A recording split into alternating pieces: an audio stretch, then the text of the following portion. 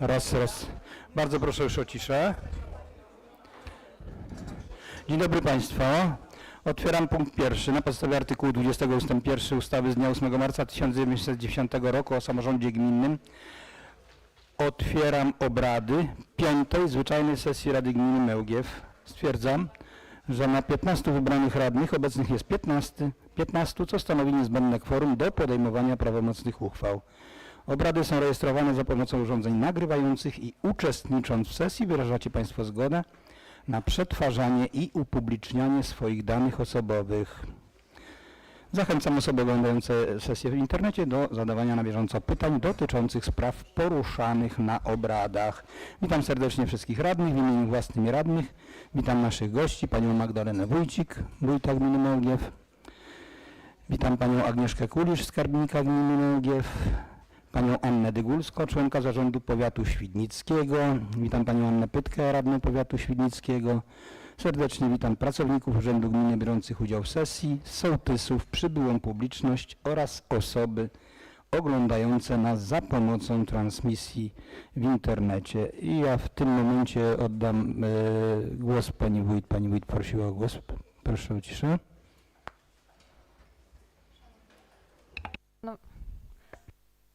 Szanowni Państwo, chciałabym, żebyśmy uczcili minutą ciszy zmarłego naszego wieloletniego sołtysa, także radnego gminy Mełgiew, pana Józefa Hajduka. Odszedł od nas w sierpniu i bardzo Was o to proszę, ale również wszystkich, którzy zginęli w powodzi, która no jeszcze niestety trwa.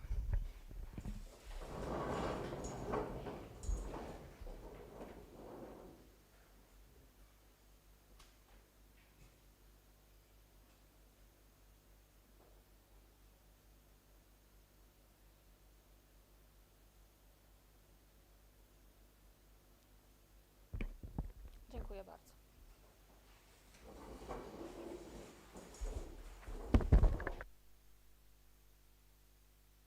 Zamykam punkt pierwszy, otwieram punkt drugi. Panie i panowie radni oraz zaproszeni goście z zaproszeniem na sesję otrzymali projekt porządku obrad. Czy ktoś chciałby wnieść jakieś uwagi do porządku obrad? Nie widzę. Porządek obrad będzie się przedstawiać następująco. Punkt pierwszy, otwarcie sesji, stwierdzenie prawomocności obrad. Punkt drugi, przedstawienie porządku obrad. Punkt trzeci, przyjęcie protokołu z 4. sesji Rady Gminy Mełgiew z dnia 25 lipca 2024 roku. Punkt czwarty, interpelacje i zapytania radnych. Punkt piąty, informacje wójta o podjętych działaniach w okresie między sesjami. Punkt szósty, podjęcie uchwały w sprawie zmiany wieloletniej prognozy finansowej. Punkt 7. Podjęcie uchwały zmieniającej uchwałę w sprawie uchwały budżetowej na rok 2024. Punkt 8. Podjęcie uchwały w sprawie wstępnej lokalizacji nowych przystanków komunikacyjnych na terenie gminy Mełgiew. Punkt 9. Podjęcie uchwały w sprawie nadania nazwy drodze wewnętrznej w miejscowości Krępiec. Punkt 10. Podjęcie uchwały w sprawie rozpatrzenia skargi z dnia 2 sierpnia 2024 roku. Punkt 11. Podjęcie uchwały zmieniającej uchwałę w sprawie ustalenia wysokości opłat za pobyt dzieci w gminnym żłobku w Mełgwi 10 skarpetek. Punkt 12. Wolne wnioski i informacje. I punkt 13. Zakończenie obrad. Ponieważ nie było zmian w porządku obrad, stwierdzam, że porządek obrad został przyjęty. Zamykam punkt drugi, otwieram punkt trzeci. Protokół z 4. sesji Rady Gminy Mełgiew z dnia 25 lipca 2024 roku dostępny był do wglądu w Urzędzie Gminy Mełgiew, w Biurze Rady oraz w aplikacji posiedzenia.pl oraz na stronie BIP Urzędu Gminy. Każdy z radnych miał możliwość zapoznania się wcześniej z jego treścią. Czy są jakieś uwagi do przedmiotowego dokumentu? Nie widzę zgłaszających się, to proszę przygotować głosowanie.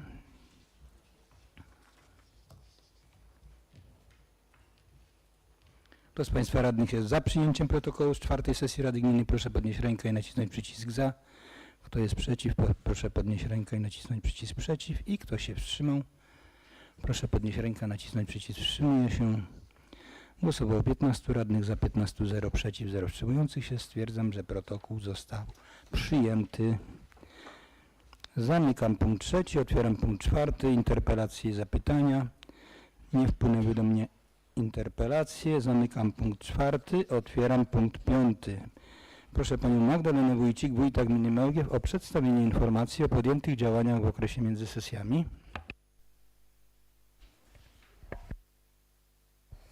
Szanowny Panie Przewodniczący, Szanowni Państwo radni, sołtysi, zaproszeni goście.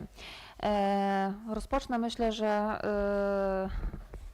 od ważnych spotkań, które odbywają się na terenie naszej gminy już od połowy sierpnia, a dotyczą i zebrań w sprawie Funduszu Sołeckiego, ale również zebrań w sprawie wyborów sołtysa.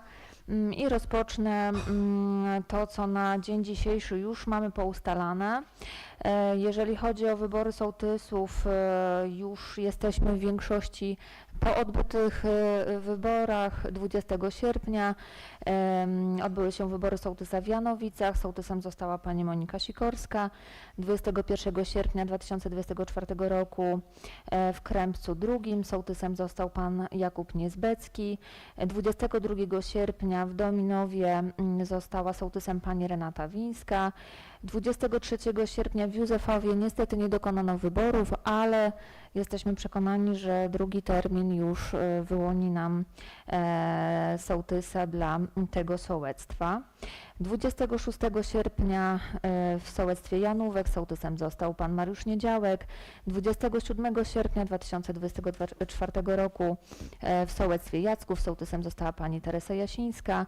28 sierpnia 2024 roku w sołectwie Krzesimów pierwszy sołtysem została pani Anna Załoga. W sołectwie Trzeszkowice 29 sierpnia został sołtysem pan Adam Ścirka. 30 sierpnia w sołectwie Trzeciaków sołtysem została pani Edyta Wojciechowska. 16 września w sołectwie Podzamcze sołtysem został pan Jakub Koperski. 17 września w sołectwie Lublieniec została sołtysem pani Jadwiga Kozak. 18 września w sołectwie Piotrówek sołtysem została pani Stanisława Nowak. 19 września w sołectwie Krępiec pierwszy sołtysem został pan Zygmunt Bartoszek. 20 września w sołectwie Minkowice sołtysem została pani Jadwiga Szeremeta. 21 w Minkowicach, a 20 w Minkowicach Kolonia sołtysem został pan Krzysztof Momot. W dniu wczorajszym we Franciszkowie sołtysem została pani Krystyna Szewczyk. Wszystkim oczywiście mieszkańcom gratulujemy wybranych sołtysów i oczywiście a sołtysom życzymy dobrej współpracy z mieszkańcami i oczywiście wykonywania wszystkich zadań powierzonych w związku z pełnioną funkcją. Proszę Państwa, już w tym tygodniu tak naprawdę zakończymy zebrania w sprawie wyborów, które odbywały się pierwszy raz, tak? Dzisiaj będziemy w Krzesimowie II, będziemy w sołectwie Nowy Krępiec i to jest jedyna sytuacja, gdzie mamy dwie miejscowości w jednym dniu. Jutro jesteśmy w Mełgwi II, a nie w Mełgwi I, przepraszam, w Mełgwi I, a w czwartek jesteśmy w Mełgwi II. Powtórne wybory w Józefowie, już rozmawialiśmy z dotychczasowym panem sołtysem, że będą w okolicy 15 października, ale tu dokładny termin zaplanujemy w przyszłym tygodniu. I proszę Państwa, oczywiście muszę wspomnieć żurawniki, bo pan sołtys dzisiaj jest. One odbyły się, ale wcześniej, w czerwcu, prawda panie sołtysie? Czy w czerwcu? Także jesteśmy naprawdę w większości już po tych spotkaniach i również przy tej okazji były realizowane zebrania w sprawie Funduszu Sołeckiego. Pamiętajmy, że do 30 września te fundusze sołeckie powinny być uchwalone.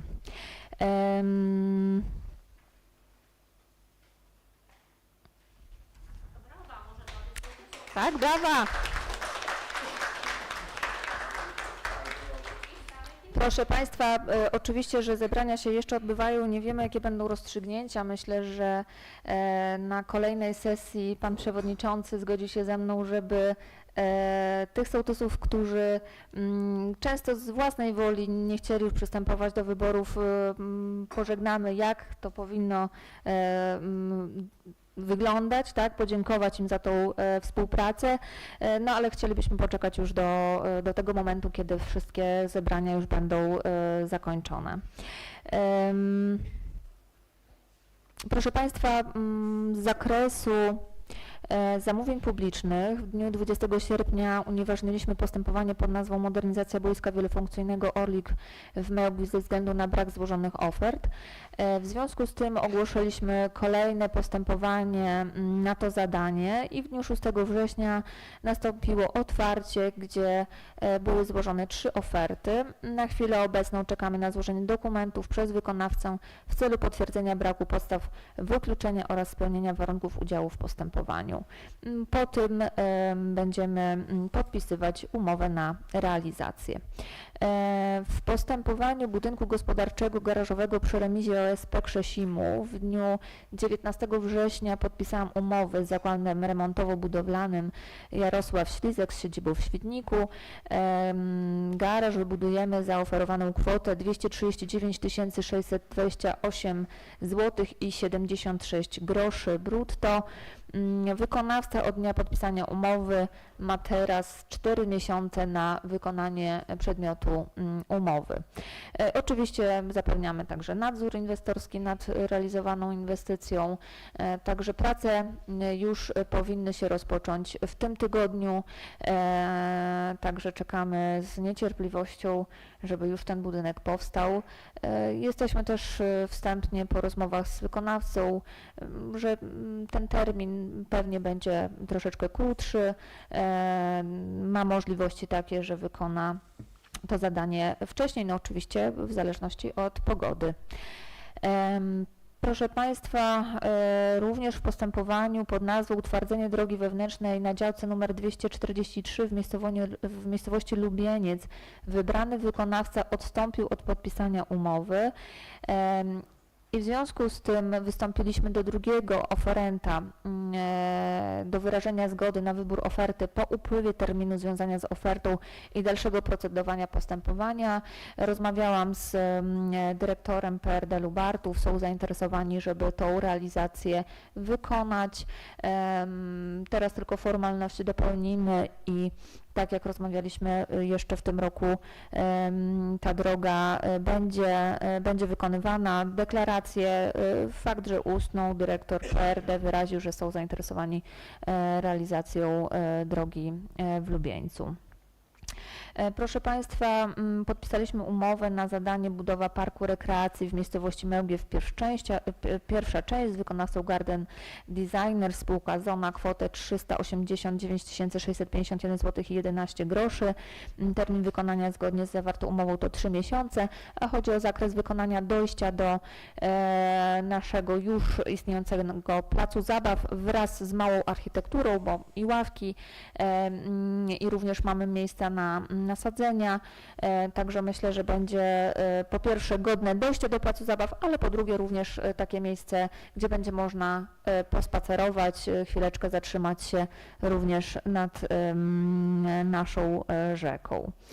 Proszę Państwa, ogłosiliśmy również postępowanie renowacja budynku Centrum Kultury Gminy Mełgiew w Podzamczu, polegającą na wymianie dachu, okien i drzwi zewnętrznych w budynku pałacu w Podzamczu, które zostało unieważnione ze względu na brak ofert. Oczywiście pracujemy nad tym, żeby postępowanie jak najszybciej ogłosić i myślę, że w tym tygodniu je ogłosimy. Czekamy tylko jeszcze na ponowne sprawdzenie dokumentów przez naszą kancelarię prawną i mam nadzieję, że w czwartek już będziemy mogli ponowne to ogłoszenie zamieścić. Rozmawialiśmy z wykonawcami, czym było podyktowane brak złożenia oferty, bo teraz już 2 wykonawców dzwoniło i pytało, czy będziemy składać, jeszcze raz, przepraszam, ogłaszać ten przetarg. Chyba nie pocelowaliśmy po prostu w termin, chyba w termin urlopowy i nie było komu przygotować ofert, po prostu. Niczym nie jest to po prostu podyktowane, no, też żadnych zmian nie będziemy robić w samym postępowaniu, bo z tego naszego rozpoznania nic takiego nie ma, co by wpływało. Jedyną trudnością jest to, że faktycznie dach jest z blach tytanowych i nie jest to dosyć popularny materiał, ale to jest niezbędne, żeby ten dach był trwały i taki materiał jest po prostu zaproponowany i oczywiście ustalony z konserwatorem zabytków, tak?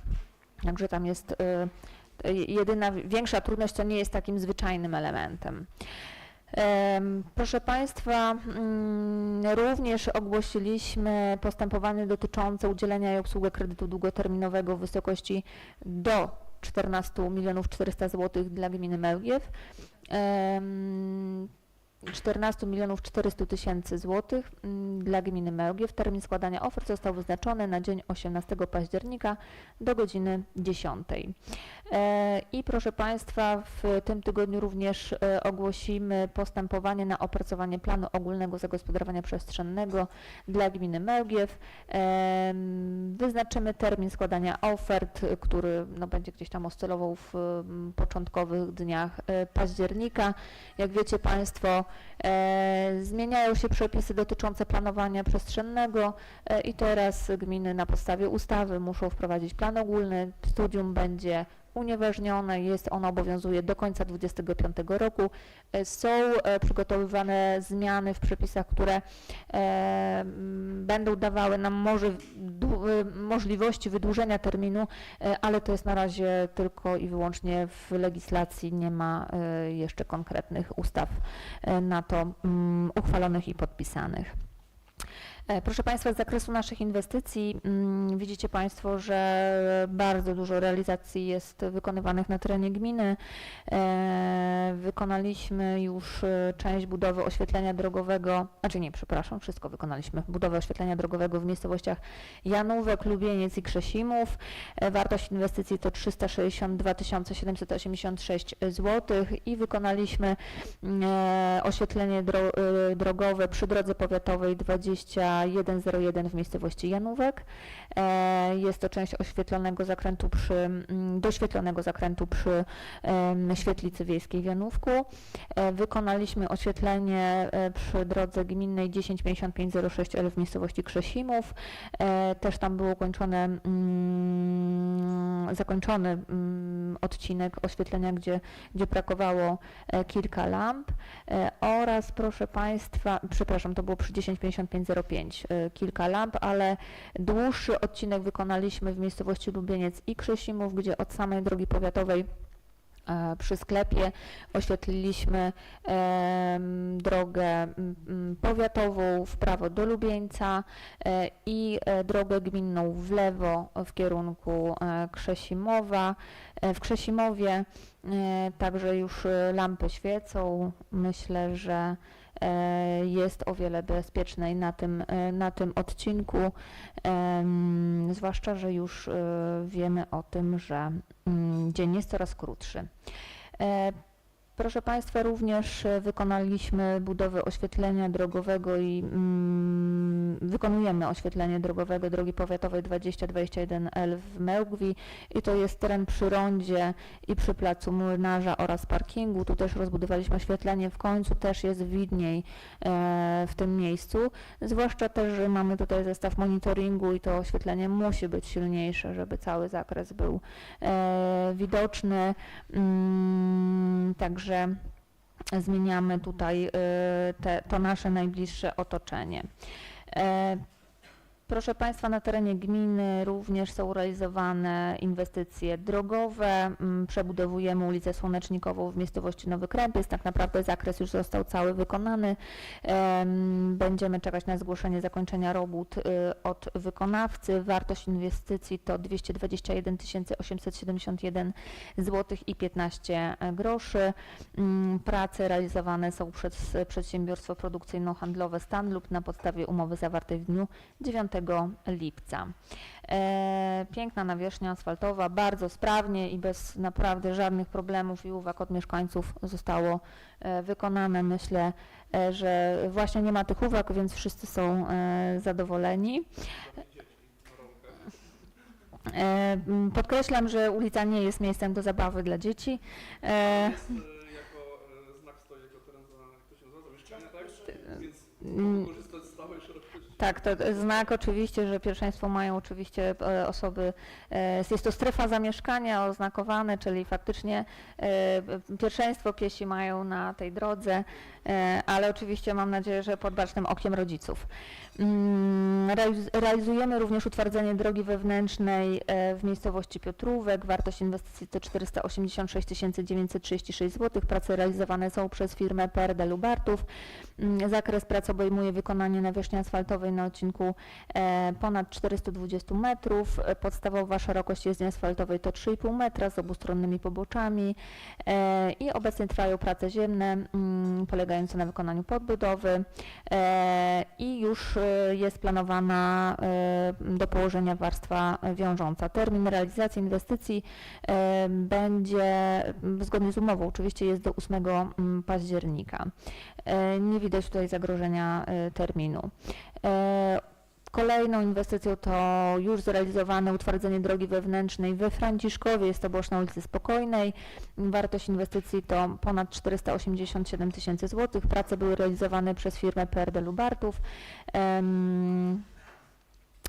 I proszę Państwa, tam już też mieszkańcy cieszą się nawierzchnią asfaltową.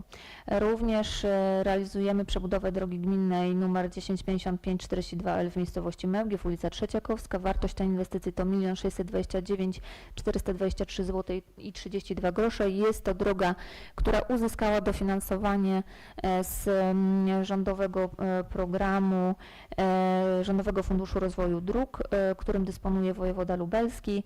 Wartość dofinansowania to jest 60% kosztów kwalifikowalnych i pomimo tego, że już wcześniej ogłosiliśmy przetarg i podpisaliśmy umowę, a jeszcze nie było rozstrzygniętego naboru, to tak szczęśliwie się to dla nas zakończyło, że tę dotację otrzymaliśmy.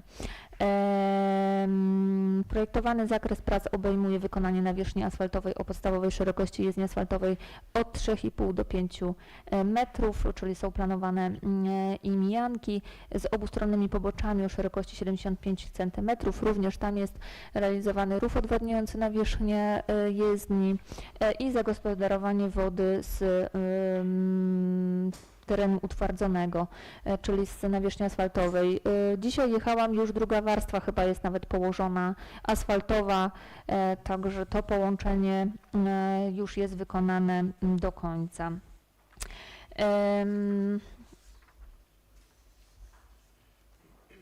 Proszę Państwa,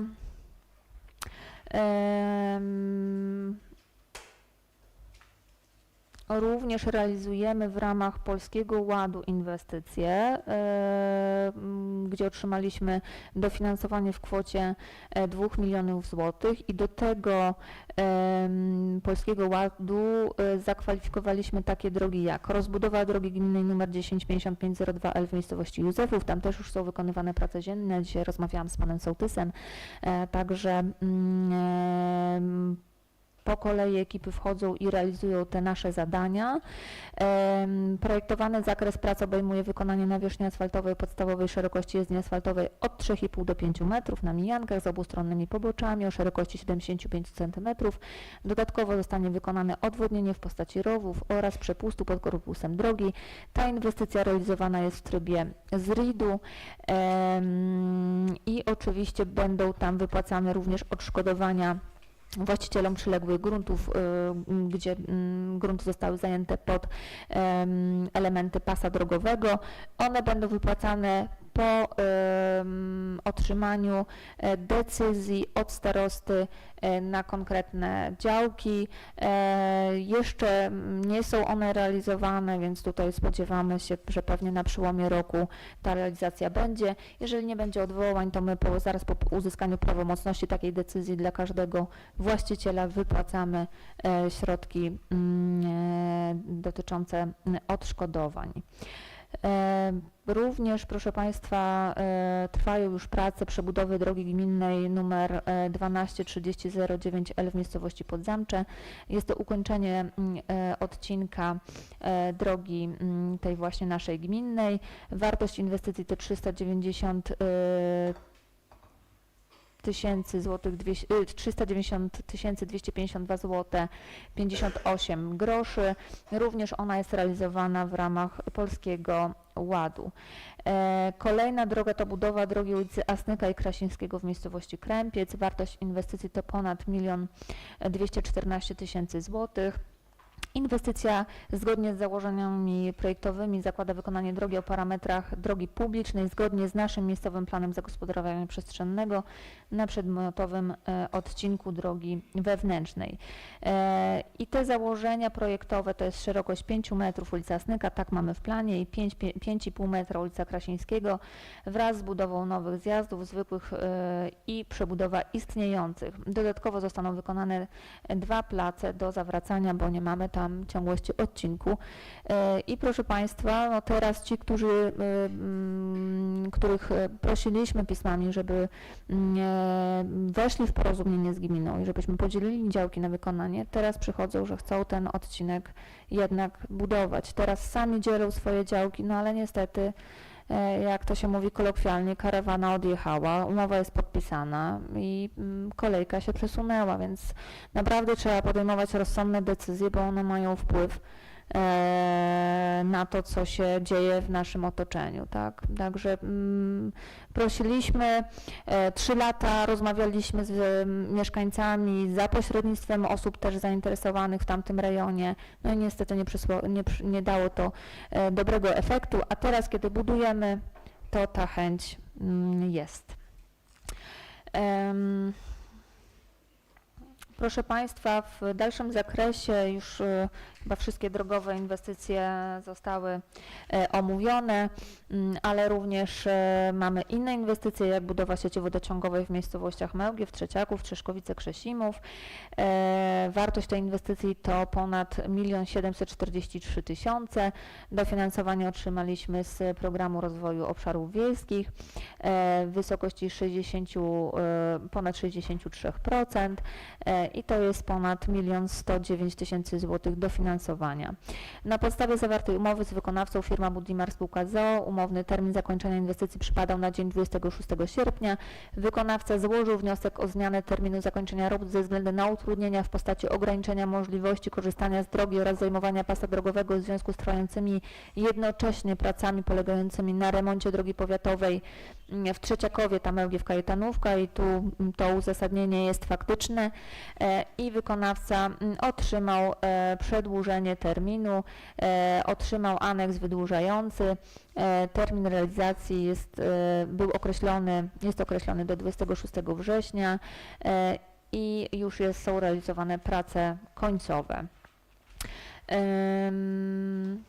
Proszę Państwa, obserwujecie to na co dzień, zagospodarowanie centrum miejscowości Mełgiew. Prace codziennie posuwają się do przodu, jest to też zauważalne. Myślę, że każdy może myśleć, że już powinno być to skończone, ale tam są dosyć skomplikowane prace dotyczące samej fontanny. Wczoraj było realizowane zbrojenie, także kręcone jarzemka, także jest dosyć dużo takiej żmudnej pracy w tym zakresie. Termin realizacji umowy jest określony do 17 listopada i tu też nie widzimy żadnych przeszkód, że będzie on w jakiś sposób wydłużany. Wszystko dzieje się zgodnie z harmonogramem. Oczywiście wiele osób miało oczekiwanie, że na dożynki będzie fontanna. No będzie na następne, to na pewno. Proszę Państwa, również realizujemy budowę chodnika przy drodze gminnej nr 105517L w Trzeszkowicach. Też już tam są prace na ukończeniu.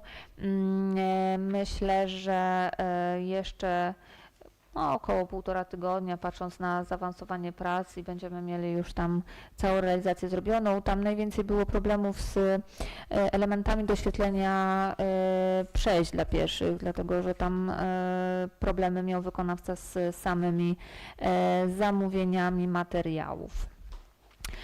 Proszę Państwa, realizujemy również przebudowę oddziału przedszkolnego w Szkole Podstawowej Jana Brzechwy. Mamy już tak naprawdę prace zakończone, już jest przygotowywanie obiektu do odbioru. Tutaj naprawdę dzieci będą miały wspaniałe warunki na to, żeby ten oddział przedszkolny, 2 oddziały przedszkolne, bo to i grupa młodszaków, i grupa starszaków będzie korzystała z tych pomieszczeń. Nowa szatnia, 2 nowe sale, miejsce na wydawanie posiłków, nowe toalety, wszystko jest gruntownie wyremontowane i odświeżone. Zleciliśmy jeszcze wymianę dodatkową, która nie była przewidywana, ale w uzgodnieniach ze specjalistami wymieniamy jeszcze grzejniki. To jest taką pracą dodatkową, która nam troszeczkę tutaj przedłuża te prace. Wartość inwestycji to ponad 361 tysięcy złotych i tutaj w związku z realizacją nowego skrzydła w Kremcu również taka adaptacja parteru w Kremcu będzie przed nami. Myślę, że na przełomie stycznia i lutego zlecimy dokumentację, aby były zaproponowane rozwiązania i tą powierzchnię, którą mamy na parterze, była w sposób prawidłowy zagospodarowana, więc to będzie odbywało się na podstawie projektu i tych możliwości, które ten budynek w ogóle przewiduje, ten parter przewiduje, tak? Ale do zagospodarowania mamy byłą salę gimnastyczną, te pomieszczenie pierwsze, biblioteka, także to też również w planach. Jeżeli chodzi o rozbudowę budynku szkoły podstawowej w Kremcu, byłam w tym tygodniu na placu budowy, więc cały czas trwa zazbrajanie fundamentów, lanie fundamentów, nawet przy mnie przyjeżdżała pompa z gruszką, lali beton, także na każdym etapie prac jest nasz inspektor nadzoru, jest naprawdę ta inwestycja doglądana. No myślę, że już w niedługim czasie, myślę, że może nawet za około 2-3 tygodnie będziemy już widzieć, jak będą rosły mury. Rozmawiałam również z kierownikami tej inwestycji.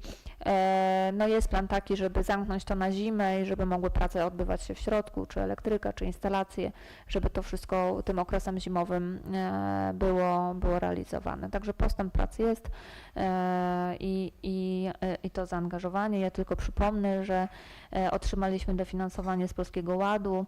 Wynosi ono 85%, a wartość całej inwestycji to 7 677 048 zł i 73 grosze. Proszę Państwa, w związku z realizacją inwestowaniem w budynki oświatowe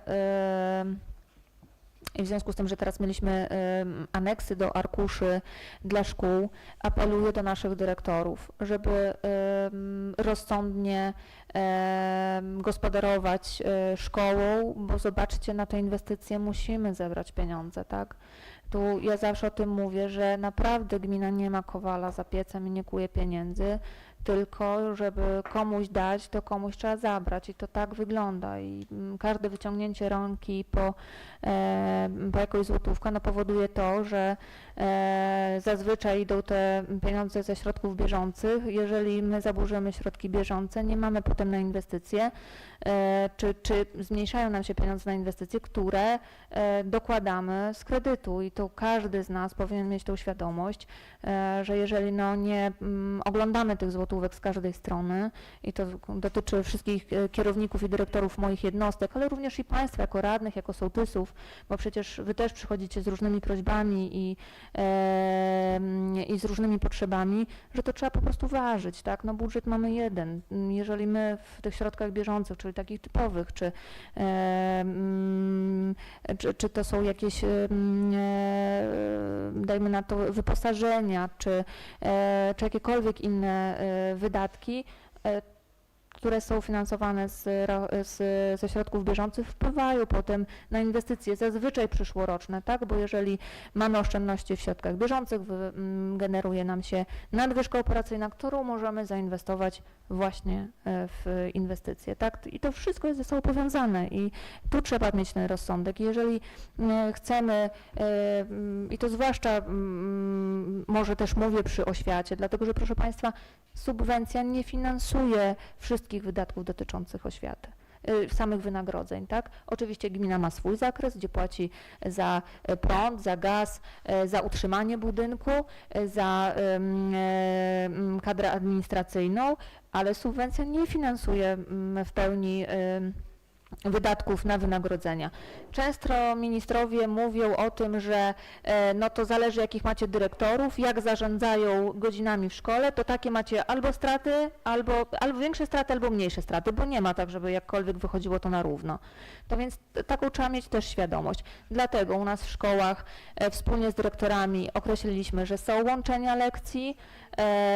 Pamiętajmy, że my mamy klasy w okolicach 15 osób i tam, gdzie są te możliwości zgodnie z przepisami łączenia są, zwłaszcza WF, plastyka, technika, muzyka. Są to godziny, które zgodnie z prawem oświatowym mogą być łączone i to wykorzystujemy, tak? Oczywiście nauczyciel danego przedmiotu ma mniej godzin, tak?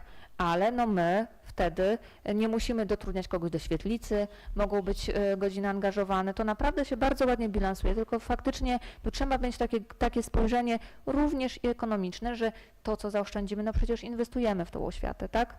Bo ja rozumiem, nie inwestujemy w oświatę, wszystko nam jedno. Ale zobaczcie, budujemy trzecią salę gimnastyczną. Chciałabym, żebyśmy zaoszczędzili te pieniądze i możliwości mieli na budowę sali gimnastycznej w Krzesimowie. Projekt jest rysowany. Zakończenie prac projektowych przypada na koniec listopada i będziemy wszystko robić po pierwsze, żeby uzyskać dotację na salę gimnastyczną w Krzesimowie, ale to też to zobowiązanie, że jeżeli nie uzyskamy żadnego dofinansowania, to myślę, że uniesiemy to, żeby chociaż jedną salę wybudować z własnego budżetu. Przygotowania mamy, proszę Państwa. Zrealizowaliśmy oczyszczalnię ścieków dla szkoły w Krzesimowie. Także też tam, gdzie były możliwości pozyskiwania środków i już przygotowywania się na tą inwestycję, są realizowane, tak? Także myślę, że wspólnymi siłami będziemy mogli wyoszczędzić te pieniądze, żeby dalej realizować inwestycje, pomimo tego, że no na przykład już dotacje, jeżeli chodzi o podobne programy jak Polski Ład, no na razie nie ma takich odzewów, żeby takie pieniądze miały być, tak? Szanowni Państwo,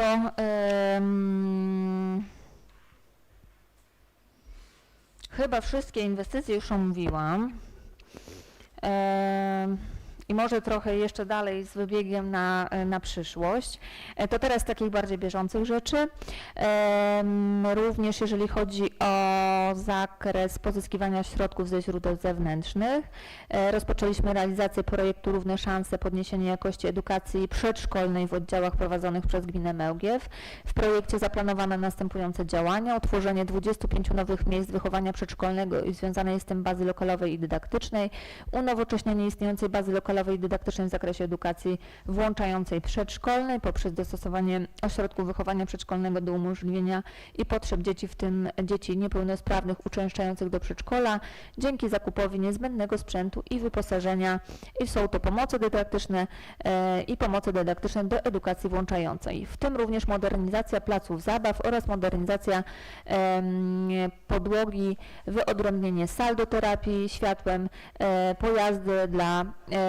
podjazdy dla wózków inwalidzkich i nie tylko, realizację programów rozwojowych uwzględniających m.in. dodatkowe zajęcia dydaktyczno-wychowawcze oraz specjalistyczne, tak jak na przykład logoterapia, integracja sensoryczna, logopedia, taniec, terapia ręki, terapie taneczne z rytmiki, robotyka, zajęcia polisensoryczne, zajęcia sensoplastyczne, zajęcia z kodowania, plastyczne, sportowe i oczywiście dostosowane do możliwości grupy dzieci o zróżnicowanych potrzebach, jak również zajęcia w sali doświadczeń świata. Ponadto pomoc psychologiczna, pedagogiczna dla dzieci, w tym zakresie stymulowania rozwoju dziecka, działań nakierowanych na udzielenie dziecku kompleksowej i wielospecjalistycznej pomocy, jak również doskonalenie zawodowe kadry w zakresie pracy z dziećmi ze specjalnymi potrzebami edukacyjnymi, w tym z dziećmi zdolnymi i z dziećmi z niepełnosprawnościami. Wsparciem objętych zostanie aż 197 dzieci w wieku 3-6 lat oraz 7 nauczycieli. Okres realizacji od 1 września do 31 sierpnia 2025 roku. Wartość całkowita projektu to jest ponad 1 777 000 złotych, dofinansowanie ponad 1 647 000. I proszę Państwa, projektujemy już place zabaw przy szkołach. Jest to szkoła w Jackowie, szkoła w Krępcu, szkoła w Krzesimowie i szkoła w Mełgwi. Jesteśmy już na etapie projektów. Też myślimy, że uda nam się jeszcze jesienią zamontować te place. No a realizacja zajęć oczywiście trwa. Ja bardzo dziękuję dyrektorom i nauczycielom, którzy zaangażowali się w te projekty i uczestniczyli w samym pisaniu projektów, tak? Proszę Państwa, złożyliśmy wnioski o dofinansowanie na inwestycje drogowe w ramach Rządowego Funduszu Rozwoju Dróg, który nabór był ogłoszony w sierpniu. Złożyliśmy rozbudowę drogi gminnej nr 105533L i 105534L wraz z budową oświetlenia drogowego w miejscowości Minkowice na kwotę ponad 1 585 000 złotych. Jest to zgodnie z ustaleniami. Projekty były realizowane w latach poprzednich ze współfinansowania z Funduszu Sołeckiego i tak jak się umawialiśmy, do naboru złożyliśmy ten odcinek drogi. Jeżeli otrzyma dofinansowanie, będzie ona realizowana w przyszłym roku. Oczywiście na warunek otrzymania dofinansowania. Ponadto, bo można było złożyć dwa odcinki. Drugi odcinek to jest rozbudowa drogi gminnej nr 105541L w miejscowości Mełgiew, ulica Ogrodowa. Etap pierwszy na łączną kwotę ponad 988 000 złotych. Tutaj jest to realizowane na podstawie również z RID-u. Mamy dużo przykładek sieci podziemnych i proszę Państwa, i to właśnie jest ważne, że powinniśmy dbać o to, żeby wszystkie sieci były, jeżeli jest węższy pas drogowy, poza pasami, bo potem to nas po prostu kosztuje. My musimy wszystko przełożyć, tak? I to tylko rola czasu, że chcemy lepszą infrastrukturę i potem tak to się po prostu kończy, ale oczywiście myśląc o tym, że będziemy mieli niedługo również w prawą stronę posterunek policji, który jest planowany, no to tutaj tą ogrodową po prostu trzeba realizować. Zresztą, no proszę Państwa, jest to miejscowość gminna, także tutaj musimy zadbać o te nasze drogi w samej miejscowości Mełgiew.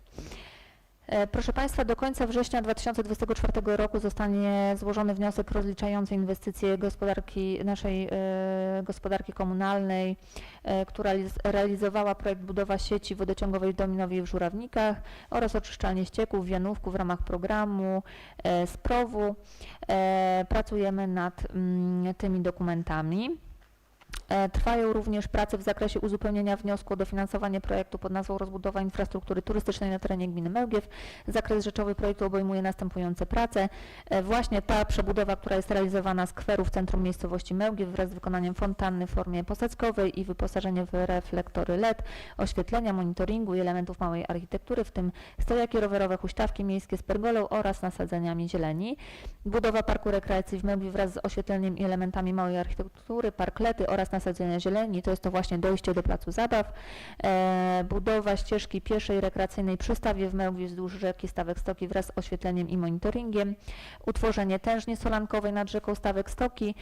Budowa molo turystycznego na stawie w Mełgwi. Renowacja śmigłowcami 2 na stawie w Mełgwi. Szacowana wartość inwestycji to ponad 5 milionów złotych, w tym wnioskowane dofinansowanie ze środków Unii Europejskiej to jest ponad, a może nawet powinnam powiedzieć prawie 4 300 000. Także te wszystkie prace, które rozpoczęliśmy, oczywiście też wkładamy do tego wniosku, bo takie są możliwości, ale dokładamy też te elementy, które chcielibyśmy jeszcze zrealizować, czyli tężnia solankowa, ona ma lokalizację tutaj ja to mówię, na rogu boiska od naszej strony, od rzeki. Oczywiście renowacja naszego śmigłowca, no jednak należy mu się i takie molo, bo tak nam fascynuje nas molo w Nowym Krępcu, że Mełgiew też by chciała. Proszę Państwa, Jeżeli chodzi o bieżące utrzymanie dróg, terenów zielonych, wykonywaliśmy prace dotyczące naprawy nawierzchni dróg i tutaj głównie chodzi o drogi z Kruszywa. Realizowaliśmy podcinkę drzew i krzewów, które były zgłaszane, realizowaliśmy prace związane z koszeniem poboczu przy drogach gminnych, a także na obiektach, które należą do gminy Mełgiew. Także szczegółowy wykaz mam, jeżeli ktoś jest zainteresowany. Ponadto wykosiliśmy, uprzętniliśmy tereny, na których znajdują się pomniki pamięci. Również czyściliśmy chodniki przy ulicy Handlowej, Kościelnej, 3 Maja w Mełgwi, chodniki w Minkowicach-Kolonia, w Trzeszkowicach, jak również zostały wykonane prace związane z umyciem wiat przystankowych, szklanych oczywiście. Zamontowaliśmy również stojak na rowery przy Urzędzie Gminy. Zobaczcie, jaki jest piękny. Nie jest już ten stary, paskudny. I ważna informacja, myślę, że dla Krępca została zmieniona stała organizacja ruchu w miejscowości Krępiec, skrzyżowanie drogi gminnej ulicy Morsztyna z ulicą Wyspiańskiego. Teraz ulica Wyspiańskiego jest pierwszeństwem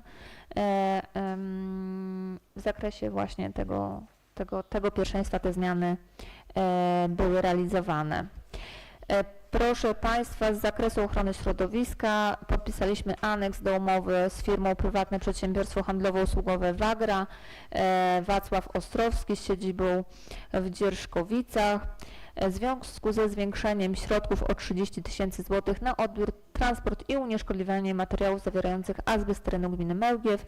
Pierwotna ilość azbestu przeznaczona do usunięcia z terenu gminy oszacowano na 269 megaton chyba. Po zwiększeniu zakresu zamówienia ilość wyrobów zawierających azbest, jaka zostanie usunięta, to aż 349. Prace będą wykonane do końca listopada, także firma będzie się umawiać i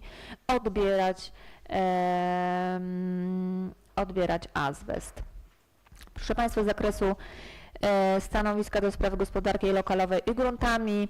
Gmina Mełgiew po podaniu do publicznej wiadomości wykazu nieruchomości przeznaczonych do wydzierżawienia zawarła umowę dzierżawy na okres 3 lat nieruchomości oznaczonej ewidencji gruntów działka 454/9 o powierzchni ponad 17 arów położonej w miejscowości Janowice, gmina Mełgiew z przeznaczeniem na prowadzenie działalności gospodarczej. Oczywiście jest to wszystko zgodnie z uchwałami Rady Gminy, jeżeli dotyczą. W zakresie planowania przestrzennego projekt miejscowego planu zagospodarowania przestrzennego dla miejscowości Franciszków. Plan został opublikowany w Dzienniku Urzędowym Województwa Lubelskiego 12 sierpnia i wszedł w życie 12 września 2024 roku. Także gratuluję mieszkańcom Franciszkowa, bo naprawdę zyskali bardzo wiele terenów pod zabudowy mieszkaniowe, również pod zabudowy zagrodowe. Jest to bardzo duży skok i rozwój dla Franciszkowa. Proszę Państwa, duży projekt, który realizujemy, który opiewa miejscowości Janówek, Janowice, Józefów, Krzesimów, Południowy, Lubieniec, Piotrówek, Trzeszkowice, Żurawniki, Trzeciaków, Dominów, Mełgiew, Podzamcze. Trwa uzupełnianie wniosku rolnego, dodatkowe materiały planistyczne. Ja na początku tego tygodnia jeszcze jeździłam do starostwa powiatowego i zderzamy niezgodności, które są i faktycznie one są na poziomie geodezji w starostwie, dlatego że nie ma jednolitości w wypisie z ewidencji gruntów z wyrysem z mapy ewidencyjnej. I te niezgodności teraz niwelujemy we wniosku rolnym, który jest w Urzędzie Marszałkowskim. Mam nadzieję, że w przyszłym tygodniu już i to już jest druga taka niezgodność. Myślę, że w przyszłym tygodniu już złożymy uzupełnienia do Urzędu Marszałkowskiego. Proszę Państwa, od 1 sierpnia do 2 września przyjmowane były wnioski o zwrot podatku akcyzowego zawartego w cenie oleju napędowego wykorzystywanego do produkcji rolnej. Przyjęto 220 wniosków. Ten nabór zawsze jest troszeczkę mniejszy, dlatego że dużo naszych rolników w pierwszym naborze wybiera cały limit paliwowy.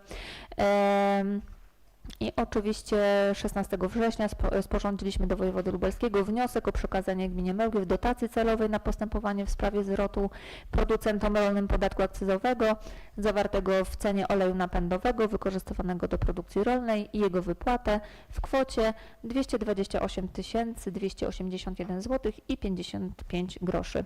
Wypłata zwrotu podatku akcyzowego dla producentów rolnych nastąpi po otrzymaniu dotacji celowej, czyli pod koniec października bieżącego roku, przelewem na rachunek bankowy podany we wniosku każdego rolnika.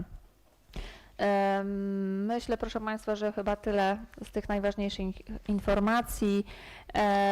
Ja tylko jeszcze powiem, że dziękuję bardzo za organizowanie pomocy wszystkim zaangażowanym podmiotom w naszej gminie, szkołom, strażom, wszystkim mieszkańcom, którzy pomagali powodzianom. Naprawdę ta pomoc jest bardzo duża.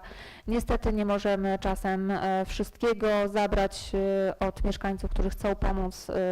Nawet ostatnio mieliśmy taką sytuację, mieszkaniec Józefowa chce oddać ziemniaki, natomiast no niestety gdzieś tam przy przekazywaniu darów bezpośrednio chyba już nie było miejsca, dlatego bezpośrednio gdzieś tam nasi strażacy nie mogli zabrać tych ziemniaków, a Polski Czerwony Krzyż ani Caritas po prostu na razie nie ma możliwości przyjęcia i przekazania takiej ilości.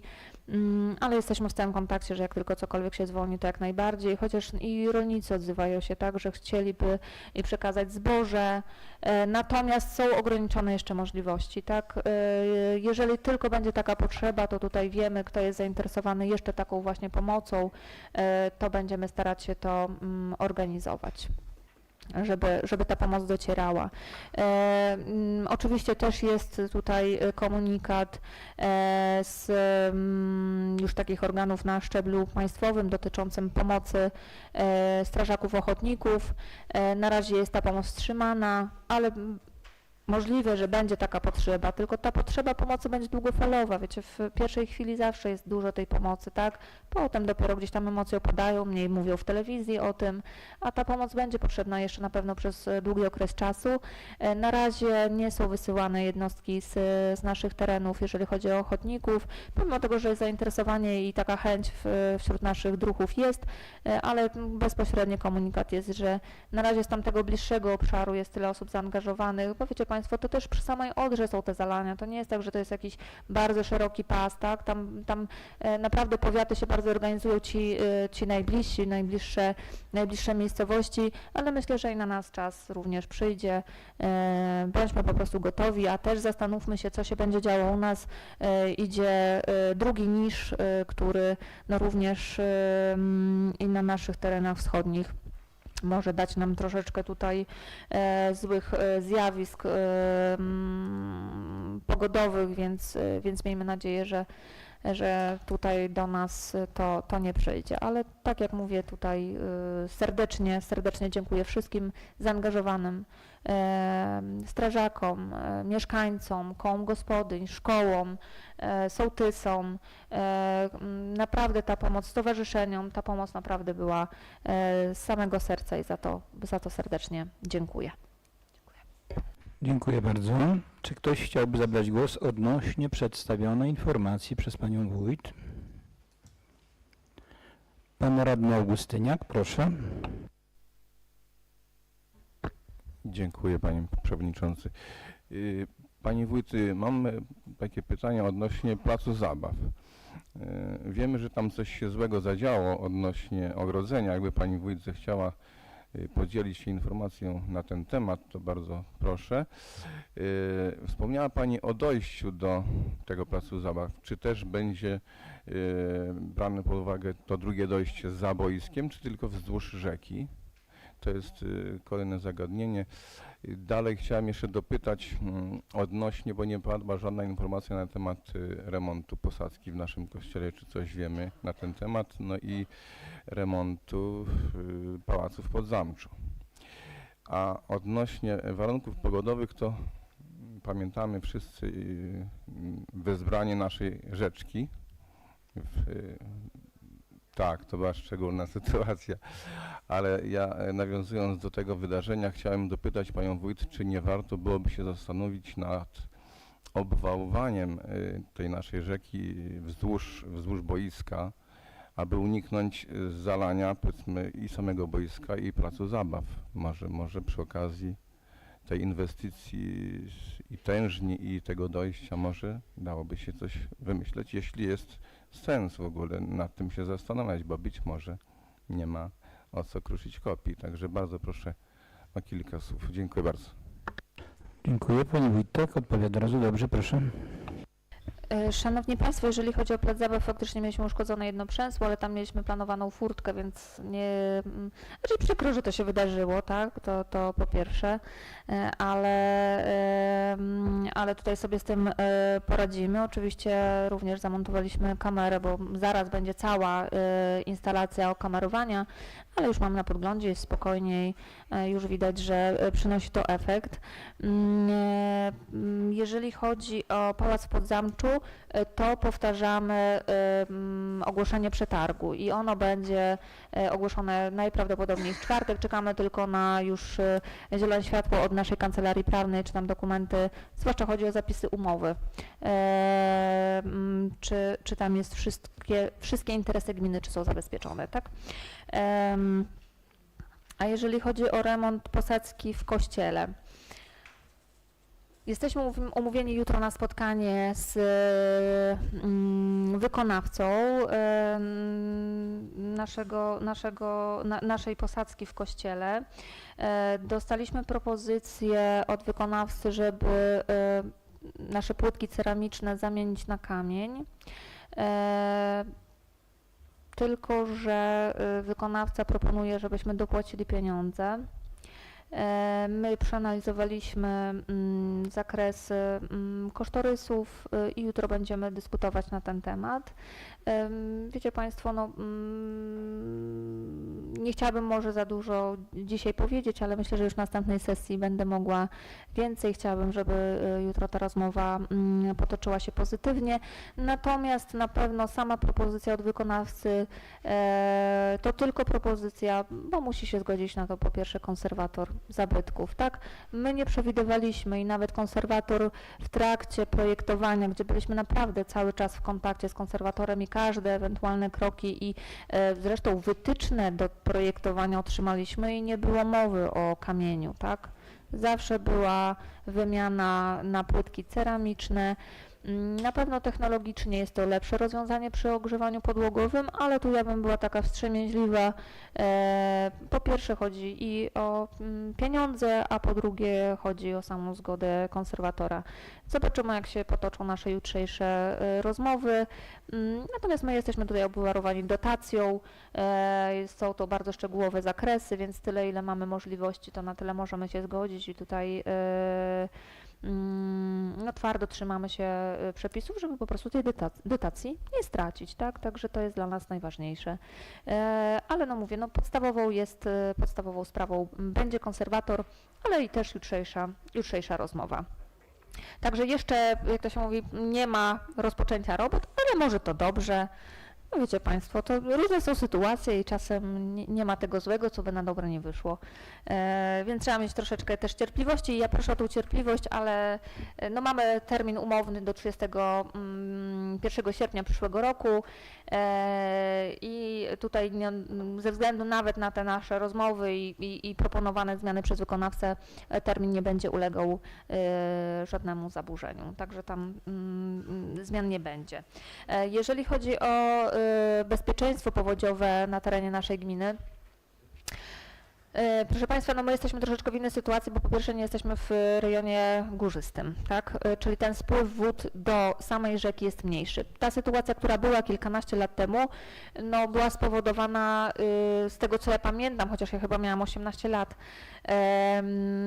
oberwaniem chmury, tak? I tam niestety wiele stawów powylewało, które były po kolei na terenie chyba Piask, z tego co pamiętam, ale mogę się troszeczkę mylić, bo jednak trochę czasu upłynęło, a jednak mając 18 lat to trochę inaczej się myśli.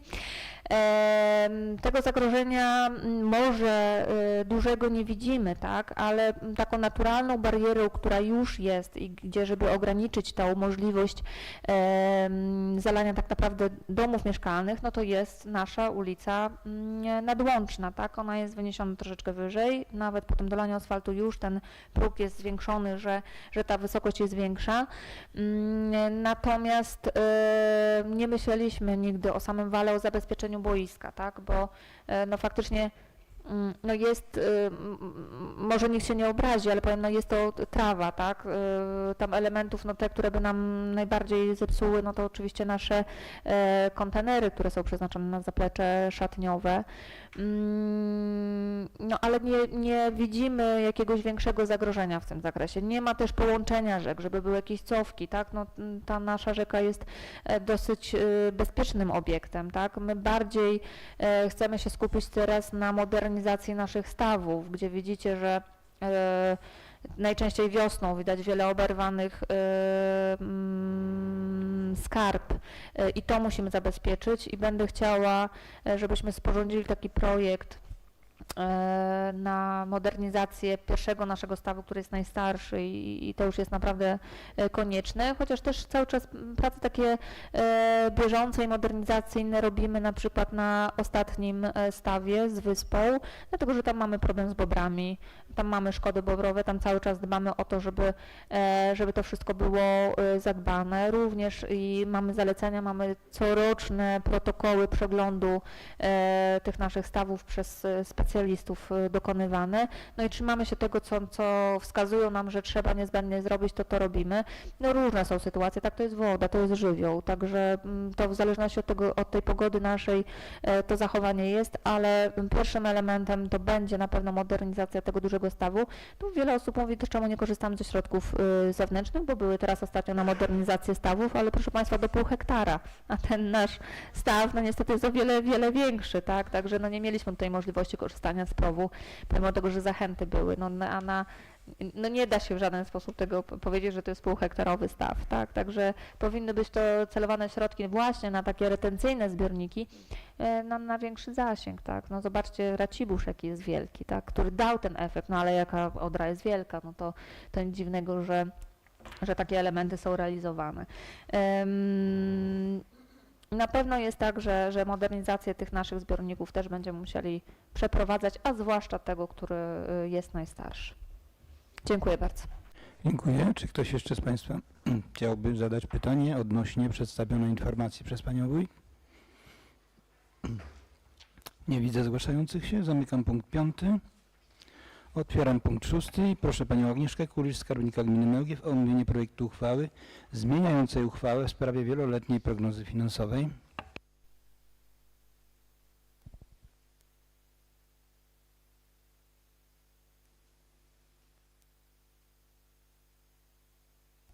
Szanowni Państwo, zaproponowane zmiany dotyczą załącznika nr 1 oraz załącznika nr 2. W załączniku nr 1 dostosowano kwoty dochodów oraz wydatków do zaproponowanych zmian, jeżeli chodzi o samą uchwałę zmieniającą budżet. Jeżeli chodzi o załącznik nr 2, wykaz przedsięwzięć do WPF, tutaj nie wprowadzono żadnego nowego przedsięwzięcia, a zaktualizowano kwoty limitów zobowiązań. Także dziękuję. Dziękuję bardzo. Panią Przewodnicząca Komisji Gospodarki Przestrzennej i Budżetu Gminy, proszę o opinię.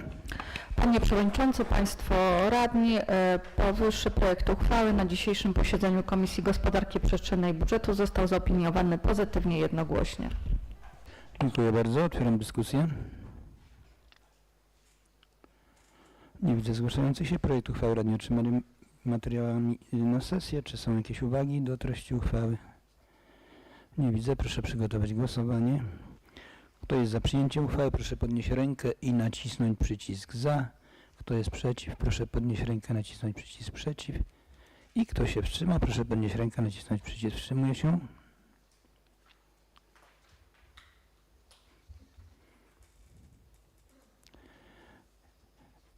Pani radna Podlodowska i pani radna Szewczyk.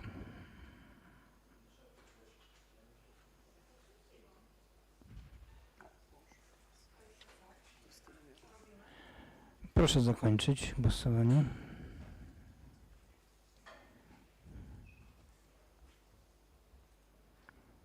Głosowało 14 radnych, 14 za, 0 przeciw, 0 wstrzymujących się. Stwierdzam, że uchwała została przez radnych przyjęta jednogłośnie. Zamykam punkt 6. Otwieram punkt 7. Tu również proszę panią Agnieszkę Kulisz o omówienie projektu uchwały zmieniającej uchwałę w sprawie uchwały budżetowej na 2024 rok.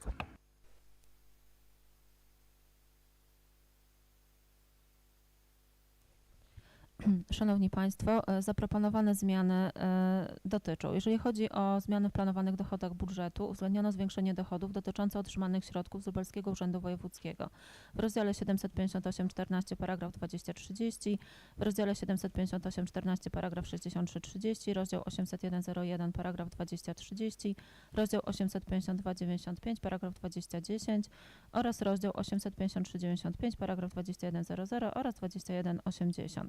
Uwzględniono również zmniejszenie dochodów dotyczące rozdziału 995 paragraf 625 z końcówką 7. Jest to związane z zakończeniem realizacji projektu pod nazwą Integracyjny Plac Zabaw w miejscowości Mełgiew.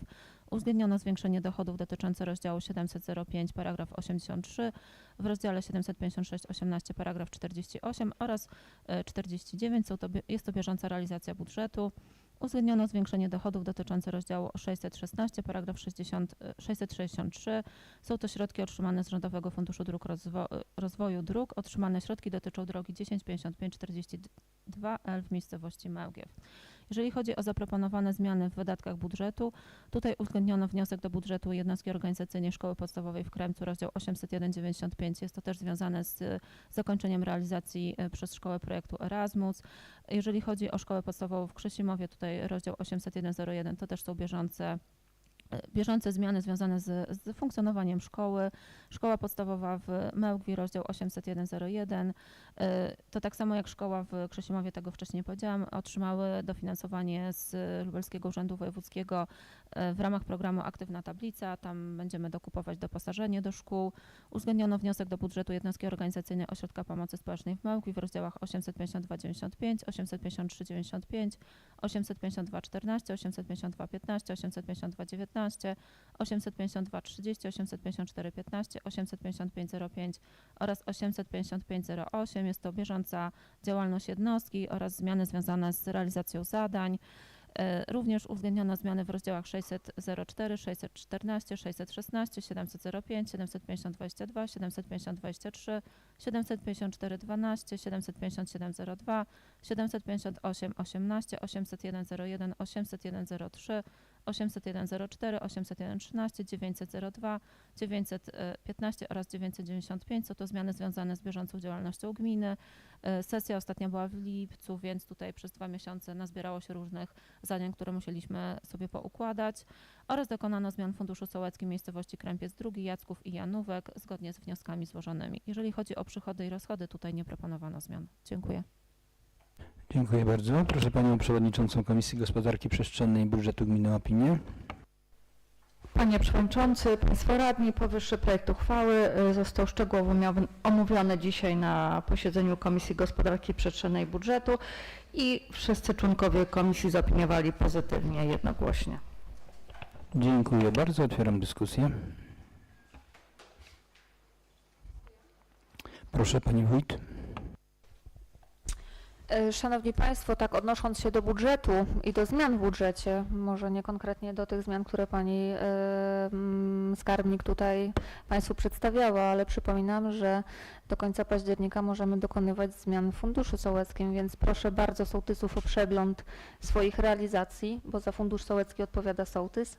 Jeżeli jakiekolwiek zmiany są w bieżącym Funduszu Sołeckim, no to jeszcze te zmiany do końca października można zrealizować. Także bardzo proszę o czujność i sprawdzanie, żebyśmy mieli wykonanie, no może nie 100%, ale 99% w ramach Funduszu Sołeckiego. Dziękuję. Dziękuję bardzo. Nie widzę osób zgłaszających się. Projekt uchwały radni otrzymali wraz z materiałami. Czy są jakieś uwagi do treści uchwały? Nie widzę. Proszę o przegłosowanie. Kto z Państwa radnych jest za przyjęciem uchwały, proszę podnieść rękę i nacisnąć przycisk za. Kto jest przeciw, proszę podnieść rękę i nacisnąć przycisk przeciw. I kto się wstrzymał, proszę podnieść rękę, nacisnąć przycisk wstrzymuje się. Proszę zakończyć głosowanie. Nieobecna jest pani radna.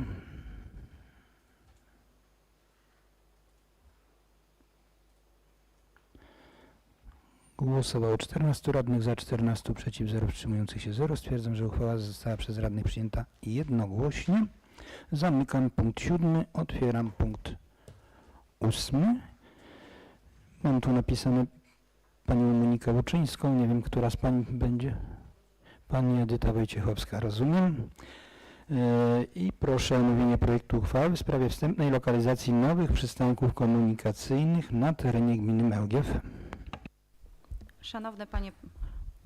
Szanowny Panie Przewodnicząca, Szanowna Pani Wójt, Szanowni Państwo. Przedmiotem podejmowanej uchwały jest określenie wstępnej lokalizacji nowych przystanków komunikacyjnych na terenie gminy Mełgiew. Na podstawie ustawy o samorządzie gminnym, artykuł 18 ustęp 2 punkt 15, który mówi o tym, że do wyłącznej właściwości Rady Gminy należy stanowienie w innych sprawach zastrzeżonych ustawami do kompetencji Rady Gminy. W związku z tym dodatkowo w oparciu o artykuł 20f ustawy o drogach publicznych Rada Gminy dla zaspokojenia potrzeb mieszkańców wskazuje w formie uchwały wstępne miejsca lokalizacji nowych przystanków komunikacyjnych, które uwzględnia zarządca drogi podczas podejmowania decyzji o ostatecznej lokalizacji przystanku, uwzględniając charakter drogi oraz warunki bezpieczeństwa ruchu drogowego. Wskazana w uchwale lokalizacja nowego przystanku w miejscowości Krępiec przy drodze ekspresowej wynika ze zgłoszonych przez mieszkańców wniosków dotyczących utworzenia nowych miejsc zatrzymywania się autobusu szkolnego dowożącego dzieci do szkoły, również na potrzeby przewozu o charakterze użyteczności publicznej na terenie gminy Mełgiew. Wobec powyższego podjęcie przedmiotowej uchwały jest w pełni zasadne. Dziękuję. Dziękuję bardzo. Pana Przewodniczącego Komisji Gospodarowania Mieniem, Inwestycji, Rolnictwa i Ochrony Środowiska, proszę o opinię. Panie Przewodniczący, Pani Wójt, Panie i Panowie Radni, Komisja Gospodarowania Mieniem, Inwestycji, Rolnictwa i Ochrony Środowiska w dniu dzisiejszym na posiedzeniu zaopiniowała pozytywnie i jednogłośnie projekt uchwały w sprawie lokalizacji przystanku w miejscowości Krępiec przy drodze ekspresowej. Dziękuję. Dziękuję bardzo. Otwieram dyskusję.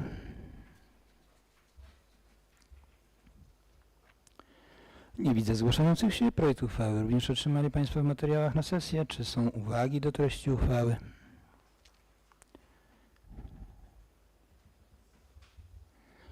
Nie widzę zgłaszających się. Poproszę przygotować głosowanie. Kto z Państwa radnych jest za przyjęciem uchwały, proszę podnieść rękę i nacisnąć przycisk za. Kto jest przeciw, proszę podnieść rękę i nacisnąć przycisk przeciw. I kto się wstrzymał, proszę podnieść rękę, nacisnąć przycisk wstrzymuje się.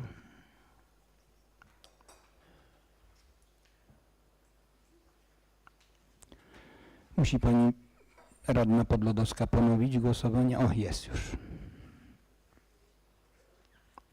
Głosowało 15 radnych, za 15, przeciw 0, wstrzymujących się 0. Stwierdzam, że uchwała została przez radnych przyjęta jednogłośnie. Zamykam punkt 8, otwieram punkt 9. Proszę Panią Weronikę Żmudę o omówienie projektu uchwały w sprawie nadania nazwy drodze wewnętrznej w miejscowości Krępiec. Szanowny Panie Przewodniczący, Szanowna Pani Wójt, Szanowni Państwo. Przedmiotem podejmowanej uchwały jest nadanie nazwy drodze wewnętrznej, będącej współwłasnością osób prywatnych, obejmującej działkę nr 1425/20, położonej w miejscowości Krępiec przy ulicy Wierzchowickiej. Dokładną lokalizację przedmiotowej drogi wewnętrznej ukazuje załącznik graficzny.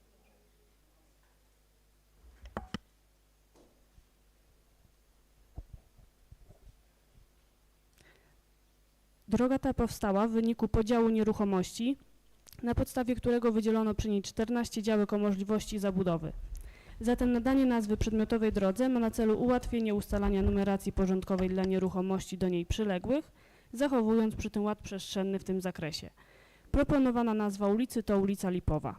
Na podstawie artykułu 18 ust. 2 punkt 13 ustawy o samorządzie gminnym do wyłącznej właściwości Rady Gminy należy m.in. nadawanie nazw ulic i placów będących drogami publicznymi lub nazw dróg wewnętrznych. Ponadto na podstawie artykułu 8 ustęp 1a ustawy o drogach publicznych podjęcie przez Radę Gminy uchwały w sprawie nadania nazwy drodze wewnętrznej wymaga uzyskania pisemnej zgody właścicieli terenów, na których jest ona zlokalizowana. Warunek ten został spełniony, gdyż w niniejszym przypadku wszyscy współwłaściciele przedmiotowej działki złożyli wniosek o nadanie jej nazwy. Wobec powyższego podjęcie przedmiotowej uchwały jest w pełni uzasadnione. Dziękuję. Dziękuję bardzo. Proszę przewodniczącego Komisji Gospodarowania Mieniem, Inwestycji, Rolnictwa i Ochrony Środowiska o opinię.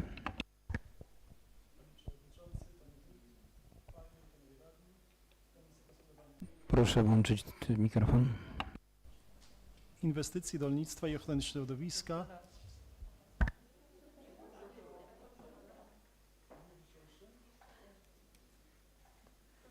W dniu dzisiejszym na posiedzeniu pozytywnie jednogłośnie zaopiniowała projekt uchwały w sprawie nadania nazwy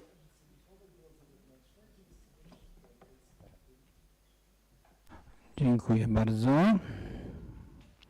Otwieram dyskusję.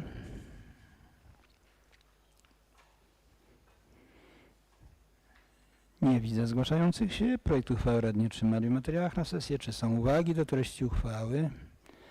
Nie widzę. Proszę przygotować głosowanie. Kto z Państwa radnych jest za przyjęciem uchwały? Proszę podnieść rękę i nacisnąć przycisk za. Kto jest przeciw? Proszę podnieść rękę i nacisnąć przycisk przeciw. I kto się wstrzyma? Proszę podnieść rękę i nacisnąć przycisk wstrzymuje się. Głosowało 15 radnych, za 15 przeciw 0. Wstrzymujących się 0. Stwierdzam, że uchwała została przez radnych przyjęta jednogłośnie. Zamykam punkt 9 i otwieram punkt 10. W tym punkcie omówiony zostanie projekt uchwały w sprawie rozpatrzenia skargi z dnia 2 sierpnia 2024 roku. I tu proszę Komisję Skarg, Wniosków i Petycji o opinię.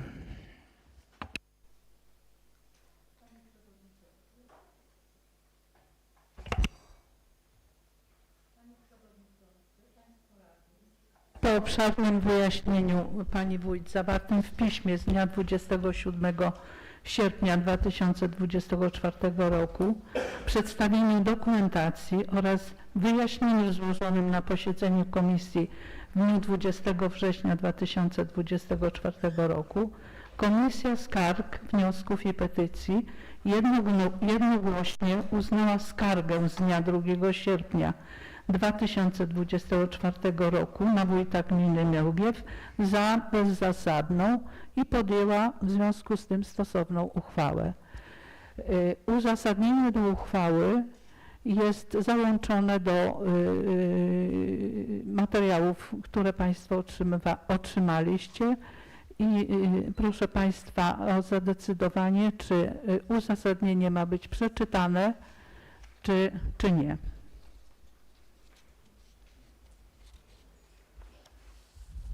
No jeśli ktoś z Państwa radnych zgłosi chęć Czy ktoś z odczytania, to państwa- proszę. Tak? Nie ma chętnego.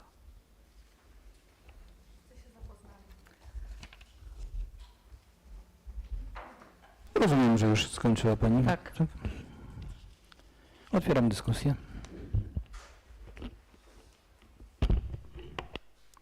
Nie widzę zgłaszających się. Projekt uchwały radni otrzymali przed sesją. Pytam, czy są jakieś uwagi do treści uchwały? Nie widzę. Proszę przygotować głosowanie. Kto jest za przyjęciem uchwały? Proszę podnieść rękę i nacisnąć przycisk za. Kto jest przeciw? Proszę podnieść rękę i nacisnąć przycisk przeciw.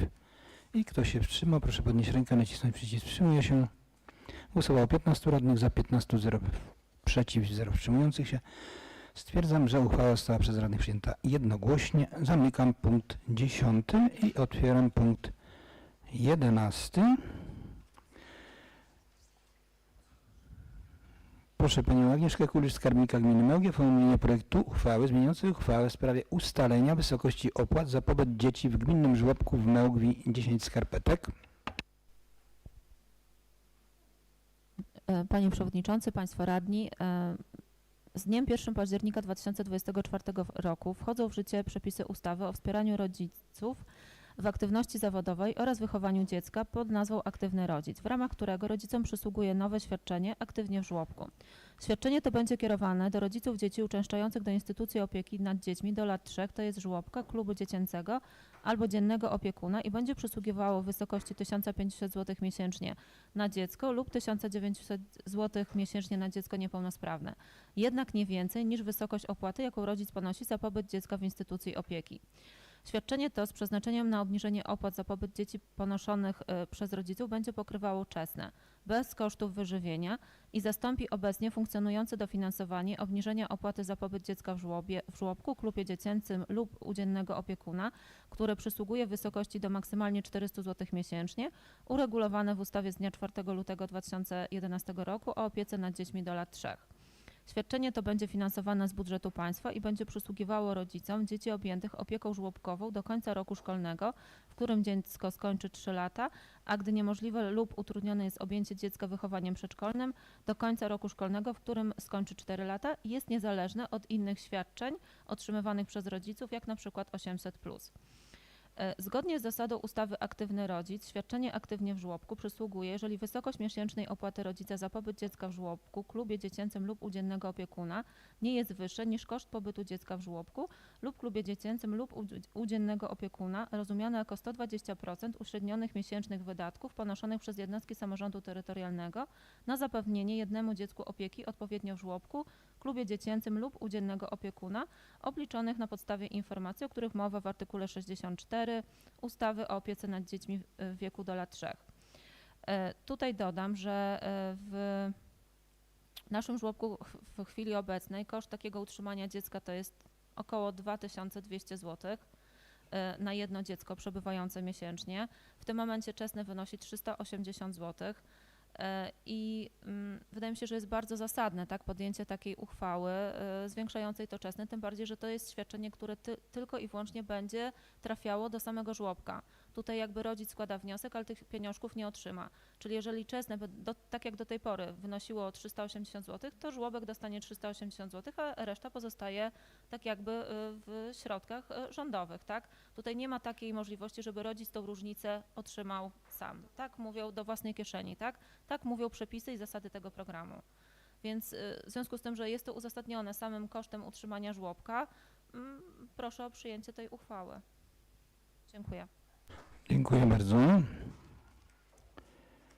Przewodnicząca Komisji Gospodarki Przestrzennej i Budżetu Gminy, proszę o opinię. Panie Przewodniczący, Państwo Radni, powyższy projekt uchwały na dzisiejszym posiedzeniu komisji został zaopiniowany pozytywnie jednogłośnie. Dziękuję bardzo. Uchwałą tą również zajmowała się Komisja Oświaty, Kultury i Spraw Społecznych. Proszę pana przewodniczącego o opinię. Panie Przewodniczący, Pani Wójt, Szanowni Państwo, Komisja Oświaty, Kultury i Spraw Społecznych na posiedzeniu w dniu dzisiejszym wydała jednogłośnie pozytywną opinię w sprawie projektu omawianej uchwały. Dziękuję. Dziękuję bardzo. Otwieram dyskusję. Nie widzę zgłaszających się. Projekt uchwały radni otrzymali w materiałach na sesję. Czy są uwagi do treści tej uchwały? Nie widzę. Proszę o przegłosowanie.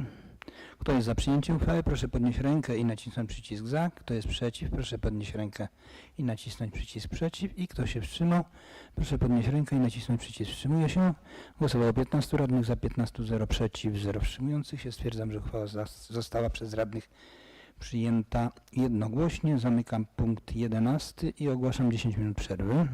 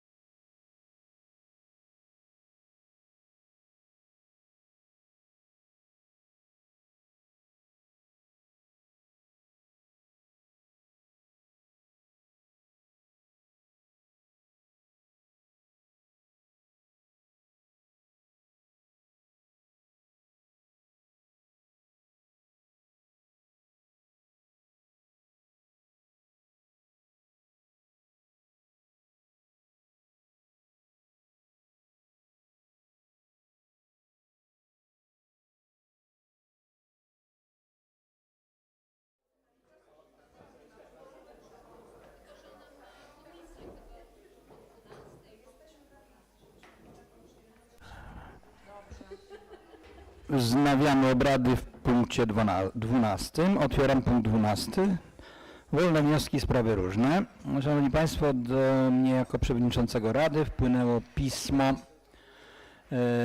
dotyczące powodzi z gminy Kłodzko i tu jest prośba o pomoc finansową. Jeśli Państwo radni czy sołtysi, ktokolwiek tutaj jest obecny, tu jest podany numer konta, jeśli ktoś z Państwa zechciałby wpłacić darowiznę na rzecz usuwania klęski żywiołowej powodzi, pomoc powodzianom, to ja mam tutaj pismo i numer konta.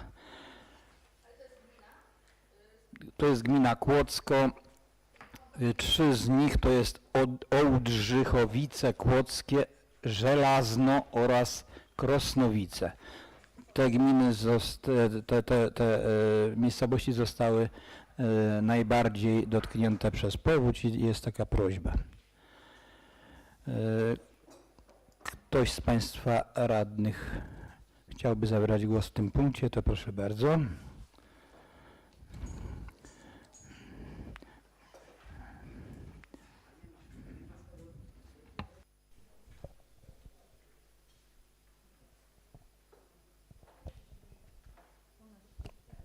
To znaczy, że pani radna Szewczyk zgłasza chęć zabrania głosu, tak? Proszę bardzo. No już jest. Proszę Państwa, no tak rozmawialiśmy wstępnie. Ja bym proponowała, żebyśmy my jako Rada wspólnie, nie indywidualnie, bo tam na pewno niektórzy z Państwa jakieś tam dary już zdążyli przekazać. A w tym momencie wydaje mi się, byłoby to takim gestem solidarności z tą gminą, z tą miejscowością, gdyby każdy z nas przekazał z naszej diety powiedzmy 1000 złotych. Byłby to taki szlachetny gest, mówię, i dobroczynności i solidarności z tymi mieszkańcami, bo wszyscy się skupiają na miastach. No jest to na pewno tragedia dla tych ludzi, bo to potracili cały majątek całego życia niejednokrotnie i być może, że nie będą mieli niektórzy dokąd w ogóle wracać, ale wydaje mi się, że małe miejscowości zostawione są same sobie. Także bardzo bym prosiła o ten gest szlachetności i jeśli Państwo by się zgodzili, to może przegłosujmy. Dziękuję bardzo, Panie Przewodniczący. Jest propozycja, jeśli Państwo radni podejmą dyskusję, to proszę bardzo. Ja jeszcze chciałbym zwrócić się do Pani Wójt z prośbą, z pytaniem, czy złożyła Pani wniosek lub ma zamiar złożyć wniosek dotyczący budowy chodnika, o którym mówiliśmy na poprzednich sesjach. To jest odcinek brakujący, bo od Świdnika do końca naszej gminy i powiatu ten chodnik w kierunku Łęcznej jest zrobiony z taką przerwą między Trzeszkowicami a Mełgwią, ponieważ to jest droga powiatowa i wiem, że Pani Wójt zamierzała złożyć taki wniosek do powiatu, żeby ujęli w przyszłym roku w budżecie właśnie ten projekt. Szanowny Panie Przewodniczący, w czwartek mamy spotkanie wyznaczone ze starostą na zaproszenie Pana Starosty Waldemara Jaksona i będzie to spotkanie, na którym również będziemy omawiać współpracę przyszłą dotyczącą inwestycji i w tym dniu na ręce Pana Starosty złożę nasze wnioski dotyczące inwestycji, które chcielibyśmy, żeby były realizowane w najbliższym roku. Między innymi będzie to również ten odcinek chodnika, ale jeszcze mamy po naszych spotkaniach oczywiście sołeckich mamy propozycje i o których głośno mówimy w sumie już od początku roku, co chcielibyśmy, żeby było realizowane w roku 2025 na terenie naszej gminy przez powiat i takie pismo zostanie złożone właśnie w czwartek. Dziękuję bardzo. Pani radna Kurowska, proszę. Dziękuję za głos, panie przewodniczący. Pani wójt, to w nawiązaniu do pani informacji, że spotka się z panem starostą, to przypominam nasz po raz kolejny wniosek, żeby porozmawiać na temat przebudowy, rozbudowy czy naprawy nawierzchni tej ciągu pieszo-rowerowego od torów kolejowych do granicy administracyjnej naszej gminy, który jest w stanie katastrofalnym.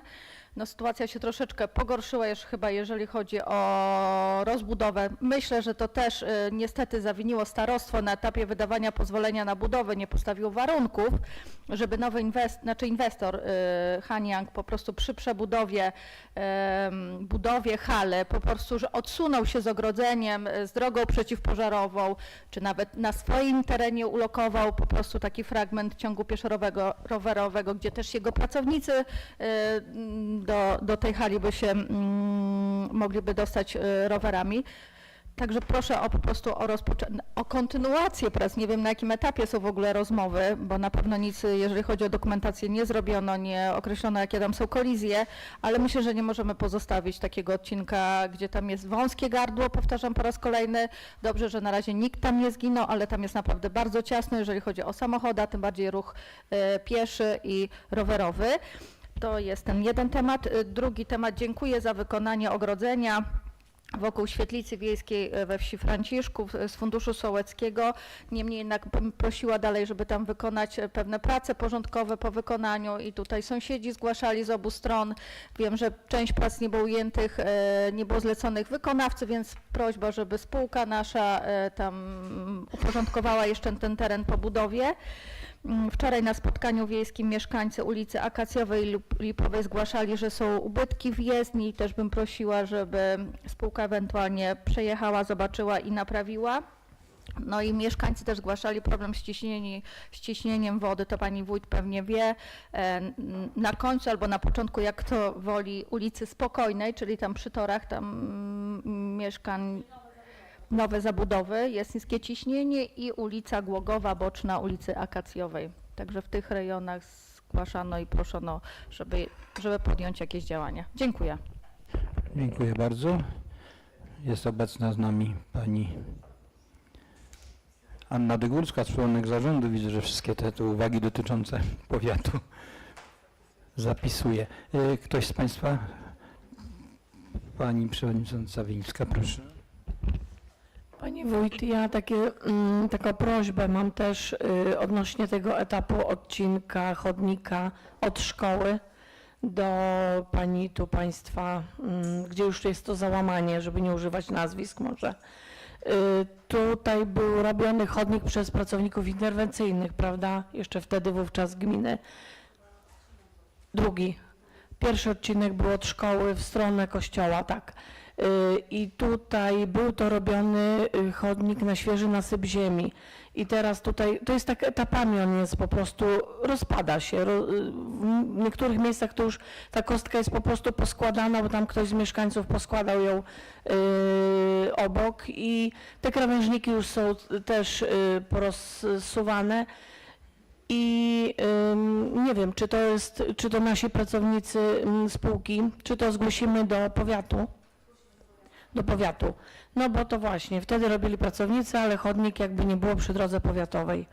Dobrze, to bardzo proszę tam w dalszej kolejności.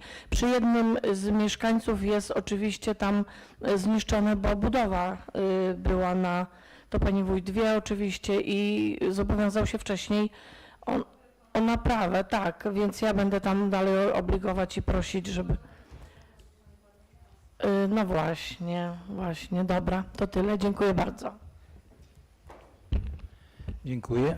Pani radna Zawadzka, proszę.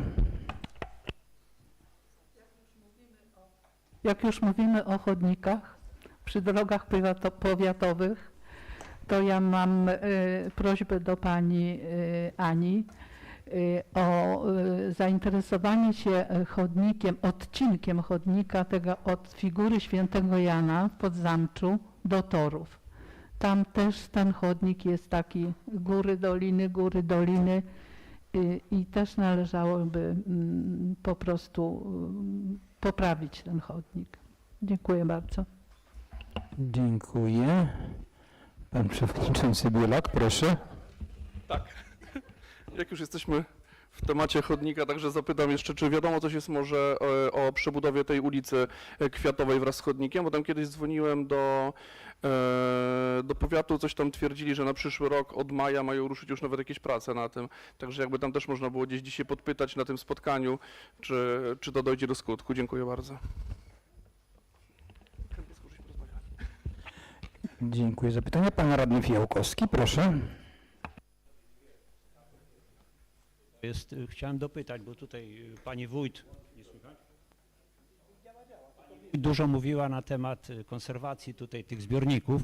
Ja jeszcze chciałbym zapytać, czy jest jakaś możliwość również, jeżeli chodzi o Zalew Krępiecki, nazwijmy to zalew. No w tej chwili to nieciekawie to już jest, to no, taki odór troszkę, no nie chciałbym tutaj jakoś wybrzydać, bo dobrze, że jest, bo jeżeli chodzi o park, to on w tej chwili jest, bym powiedział, no konserwowany, jest podkaszany, jest wszystko ok, no ta część, no źle to wygląda. Ja nie mówię, że to się da od razu zrobić, bo ja pamiętam go, że tak powiem, od narodzin jego, zawsze były z nim problemy. Próbowali liną przeciągać te muły, no myślę, że tu musiałby się ktoś wypowiedzieć, no kto się zna na tym, bo szkoda, bo to jest takie fajne miejsce teraz, to jest miejsce i spacerów, i jakichś powiedzmy, no nawet i spotkania przecież, także warto by było pomyśleć. I druga sprawa, mam takie, zgłosiła się mieszkanka Krępca, ponieważ stąd moje zapytanie, i ona ma posiadłość przy ulicy Skośnej. Tutaj pan przewodniczący Bielak pewnie szybko się zorientuje. Jak się tylko rozpoczyna ta ulica, po prawej stronie były zawsze łąki. Tam chyba tylko 2 działki gruntu, reszta łąki. Jakoś tak każdy, kto wcześniej nad tym pomyślał, nawiózł ziemię, wyrównał, niektórzy sobie ogrodzili. No pewnie dobrze, bo chyba nie zakłócało to jakiegoś, powiedzmy, jeżeli chodzi o spływ wody. Dojeżdżając do końca, no ostatnia działka, faktycznie ona była najbardziej chyba zarośnięta, tam szuwary sięgały może 2-3 metry. No i ta pani próbowała coś z tym zrobić, próbowała to wykosić, oczywiście się nie dało. Poprosiła o wymierzenie własnej, że tak powiem, odniesienia punktów. Jest to nietypowa działka, bo to ani prostokąt, ani trójkąt, no nietypowy. Po jakimś czasie próbowała to zrobić, wykosić nie dało się. Nawiozła sobie trochę ziemi, mówię trochę, bo to można sprawdzić. I wpłynęła chyba skarga, ja nie chcę tu wnikać i to nazwisk żadnych nie padnie, i dostała powiadomienie z naszego urzędu gminy o wszczęcie postępowania administracyjnego w celu, nie wiem dokładnie, czy usunięcia ziemi, tyle tylko wiem. Tak, jeżeli będzie możliwość odpowiedzi, to bardzo bym prosił, bo tylko nadmieniam, do tej pory nie przeszkadzało. W jej sytuacji zaczęło, tylko po prostu pytanie. Ona z takim pytaniem do mnie się zgłosiła, więc ja przenoszę tu na tutejsze obrady. Dziękuję bardzo. Dziękuję bardzo. Czy w pierwszej kolejności, czy pani wójt? Tu proszę, pan przewodniczący Bielak. Oczywiście, tak. To znaczy ja chyba znam temat tej sprawy, ponieważ rozmawiałem też z tym państwem, to zaszło pewne nieporozumienie z tego względu, że ta działka, o której była mowa, oni dostali pismo, tylko że nie chodzi o tą działkę konkretnie, gdzie to było nawiezione jakiś czas temu, tylko chodziło o kubkę ziemi, ktoś zgłosił, która została po budowie jeszcze ulicy Skośnej.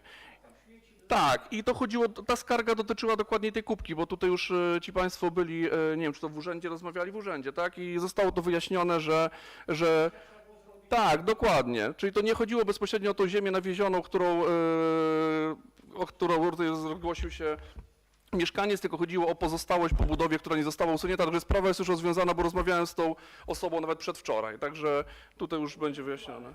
Chyba że się mylę, to jeszcze proszę panią wójt o...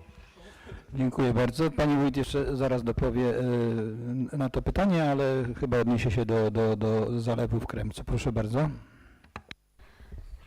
Ja może odwrotnie zacznę na temat tej ziemi. Proszę Państwa, ja zapraszam o zapoznanie się, wpłynęła do nas informacja publiczna, czy gmina Mełgiew posiada informacje na temat zasypywania działek przy ulicy Skośnej w Nowym Krępcu, co w tym zakresie robi, czy wszczęła postępowanie i na podstawie tej informacji publicznej zostało wszczęte postępowanie, więc nie dotyczyło to tylko małej kubki ziemi po budowie i czymkolwiek, tylko faktycznie dotyczy to i nie wskazane było ani nazwisko, tylko już z naszej wizji wynikało, gdzie są zasypywane działki. Jest to skarga, czy zapytanie takie i potem oczywiście kolejne pismo, co już zrobiliśmy w tej sprawie, jest kierowane od mieszkańca Nowego Krępca Nie z ulicy Skośnej, z sąsiedniej ulicy, także jest to konkretnie wskazane i niewyjaśnione. Proszę Państwa, na terenie naszej gminy nie ma możliwości zmieniania kształtu działki, która może mieć wpływ na działki sąsiednie, czyli zakłócać stosunki wodne. Ponadto, proszę Państwa, ziemia nawieziona na działkę, na przykład nie wydobyta z fundamentów, jest odpadem. W związku z tym na podstawie ustawy o odpadach również nie można takich rzeczy robić. I to trzeba naprawdę sobie głęboko wziąć do serca, dlatego że właśnie informacja publiczna od osoby zainteresowanej, która przyjeżdża, wszczyna procedurę po prostu, tak? I faktycznie łąki powinny być łąkami.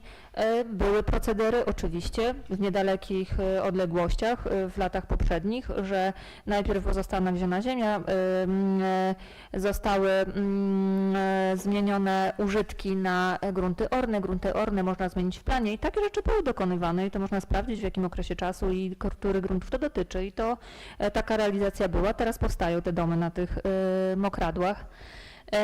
Natomiast my tutaj stanowczo nie zezwalamy na to, dlatego że przepisy jasno mówią, że takich rzeczy robić po prostu nie można. My, proszę Państwa, ponadto, to też trzeba się z tym liczyć i Wy jako radni i sołtysi, mając takie informacje, trzeba uczulać mieszkańców, my potem wydajemy konkretne pieniądze na opinie hydrologów, gdzie jest konieczność takiej opinii rzeczoznawcy do postępowania wszczętego, bo samorządowe kolegium odwoławcze wymaga, żeby opinia taka była i my płacimy konkretne pieniądze z budżetu gminy na takie opinie. Jest całkowity zakaz zmieniania kształtu działki, chyba że są to ziemia z fundamentów, którą gospodaruje się na terenie działki. Tylko taka możliwość jest. Nawozić po prostu nie można, ewentualnie 10 cm humusu do posiania trawy. Takie są możliwości. To do tego się odniosę, natomiast ja zachęcam na stanowisko do spraw ochrony środowiska.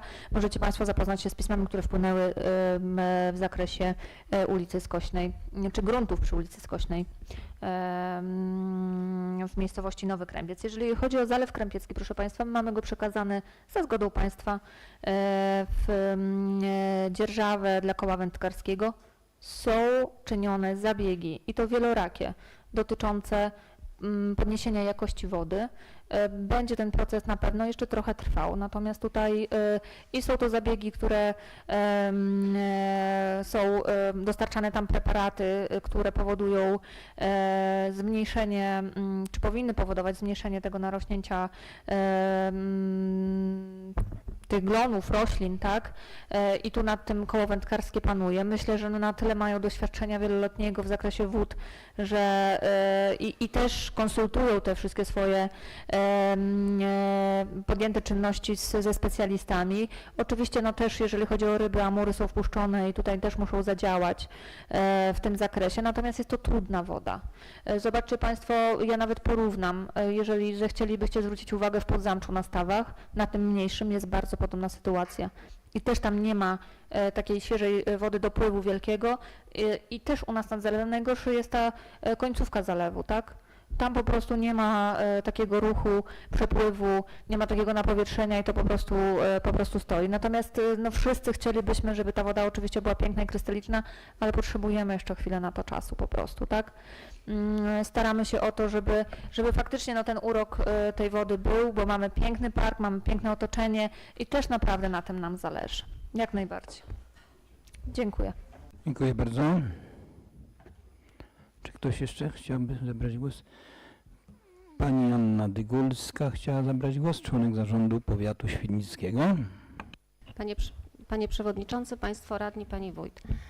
Tak jak Pan Przewodniczący zauważył, notuję zgłaszane uwagi. Odniosę się również tutaj do tej kwestii, tak jak Pani Wójt powiedziała, w czwartek jest spotkanie z Panem Starostą i z przedstawicielami, włodarzami gmin w zakresie współpracy i zadań inwestycyjnych na przyszły rok. Jesteśmy w okresie planowania budżetu na 2025. Jeżeli chodzi o ten odcinek, tutaj, co zgłaszała pani radna Kurowska, ja rozmawiałam już po wcześniejszym zgłoszeniu z naczelnikiem wydziału, panią Magdą Uniłowską. Tutaj, tak jak zauważyła pani, jak rozmawiałyśmy wcześniej, jest ten teraz utrudniony rzeczywiście proces czegokolwiek zrealizowania ze względu na brak możliwości w związku z inwestycją, która powstała, jednakże z tego, co ja dostałam informacje, będą analizowane. Jeżeli chodzi o tutaj najszybszym takim rozwiązaniem i najprostszym moim zdaniem będzie chyba zrobienie najpierw remontu jako takiego, żeby udrożnić, żeby to było bezpieczne i po dzisiejszym spotkaniu, dzisiaj też jest sesja w powiecie, ale jutro z panią Magdą Uniłowską też porozmawiam, ewentualnie z panem też wicestarostą.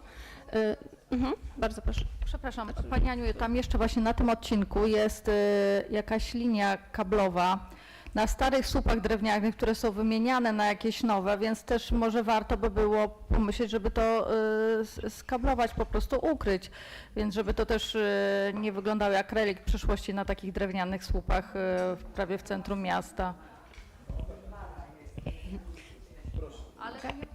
Znaczy na pewno będą, jeżeli będą podejmowane działania, to one będą kompleksowe i w ramach możliwości też i finansowych, i projektowych, i w zakresie takim, jeżeli to będzie podlegało w naszym zakresie jako powiatu.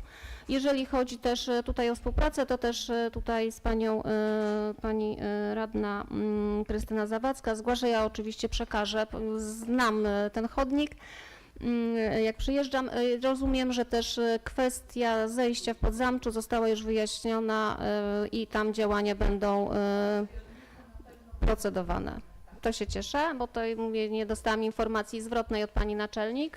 Tutaj jeżeli chodzi o uwagę pana radnego Bielaka, którą dostałam w międzyczasie, w dniu wczorajszym, przedwczorajszym też już działania będą poczynione, jednakże dalsze ich zaangażowanie będzie zaplanowane na przyszły rok. Taką dostałam informację, ponieważ trzeba zaangażowania tam środków i też przygotowania się do tego.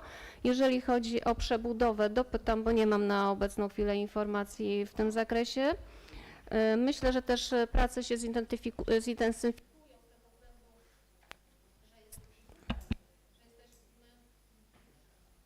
Jesteśmy po sezonie już też urlopowym, więc działania są bieżące na prawo.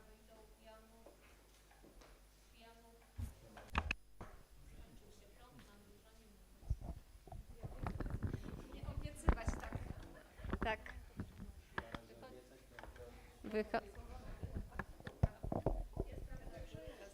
Halo? Słychać? Słychać? Obiecywać nie obiecuję, jednakże na pewno będziemy czynić starania, żeby te czynności były podjęte i prace wykonane, jeżeli chodzi o to. Przy okazji bardzo chciałabym serdecznie podziękować za zaangażowanie pani wójt, radnych i środków finansowych na podnoszenie bezpieczeństwa i wszystkie inwestycje, które są czynione też przy drogach powiatowych. Wykonane doświetlenie podnosi bezpieczeństwo, to też ma wpływ na sytuacje kryzysowe, wypadkowe, więc możemy bezpiecznie się poruszać. Część na pewno będzie wiele inwestycji, propozycji przedstawiana na czwartkowym spotkaniu, więc już zastanawiam się, jak będziemy tutaj nad budżetem, ponieważ na pewno będzie wiele propozycji ciekawych i znaczących dla każdej z gmin, w tym gminy Mełgiew, ale powiatu świdnickiego również.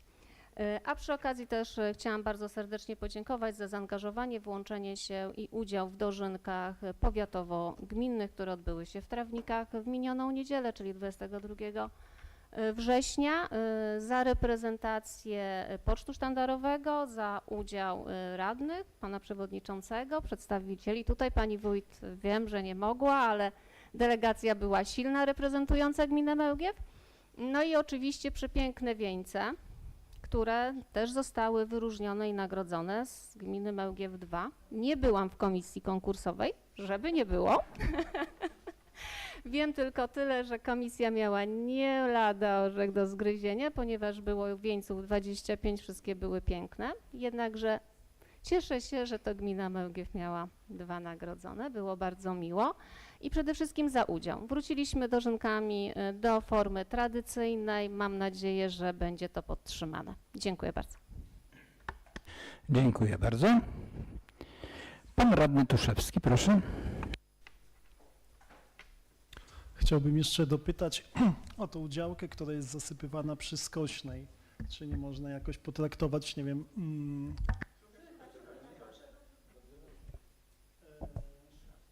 uzgodnić z tą właścicielką działki, co tam nawozi tą ziemię? Czy to chodzi tylko o jakość tej ziemi, czyli kolokwialnie mówiąc, że jest zasypywana śmieciami?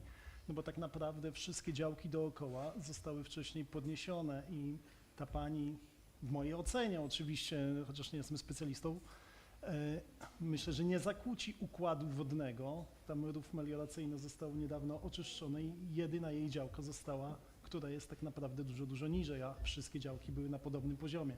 No i teraz wygląda to trochę dziwnie, że nikt nie został ukarany, a wszyscy tak samo robili, a tutaj, żebyśmy wobec tej pani jakichś drastycznych może przedsięwzięć nie wzięli.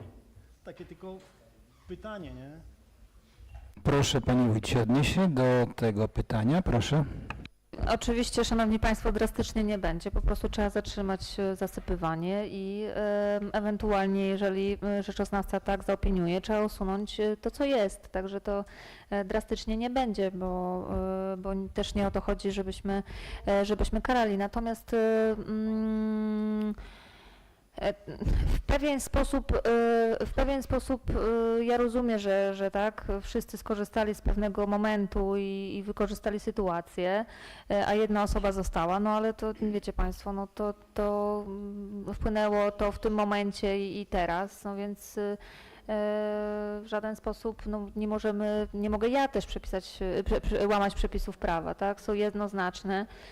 Jeżeli wpływa takie zawiadomienie, no to trzeba podjąć czynności oczywiście, tak? Ja rozumiem tą sytuację, że wszyscy inni to zrobili, jedna osoba została bez, no ale to ja też nie odpowiadam za poprzednie lata, tak? I tu musimy w taki sposób podejść, oczywiście w żaden sposób krzywdzący, ale no też nie możemy pozwolić na nieprzestrzeganie przepisów, które obowiązują, tak? Także drastycznie na pewno nie będzie, ale na pewno nie, w żaden sposób no, gmina nie wyrazi zgody na łamanie przepisów prawa, które obowiązują, no bo nie może, tak? Po prostu. Dziękuję bardzo. Dziękuję. Pan radny Augustyniak. Dziękuję Panie Przewodniczący. Pani Wójt, ja przekazuję prośbę mieszkańców osiedla w Jackowie tam o możliwość postawienia znaku z nazwą ulicy Wrzosowej, tam przy skrzyżowaniu Tartak, tam okolice Tartaku, będzie Pani na pewno wiedziała. Także dziękuję bardzo.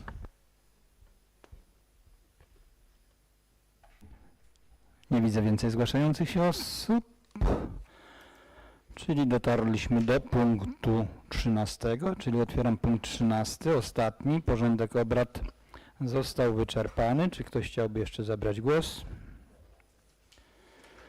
Wysoka Rado, drodzy goście, wobec wyczerpania porządku obrad stwierdzam w kwestii formalnej, że przebieg obrad 5. zwyczajnej sesji Rady Gminy Mełgiew odbył się zgodnie z wymogami i regulaminem. Wszystkim dziękuję za udział i zamykam punkt 13 i zamykam obrady sesji.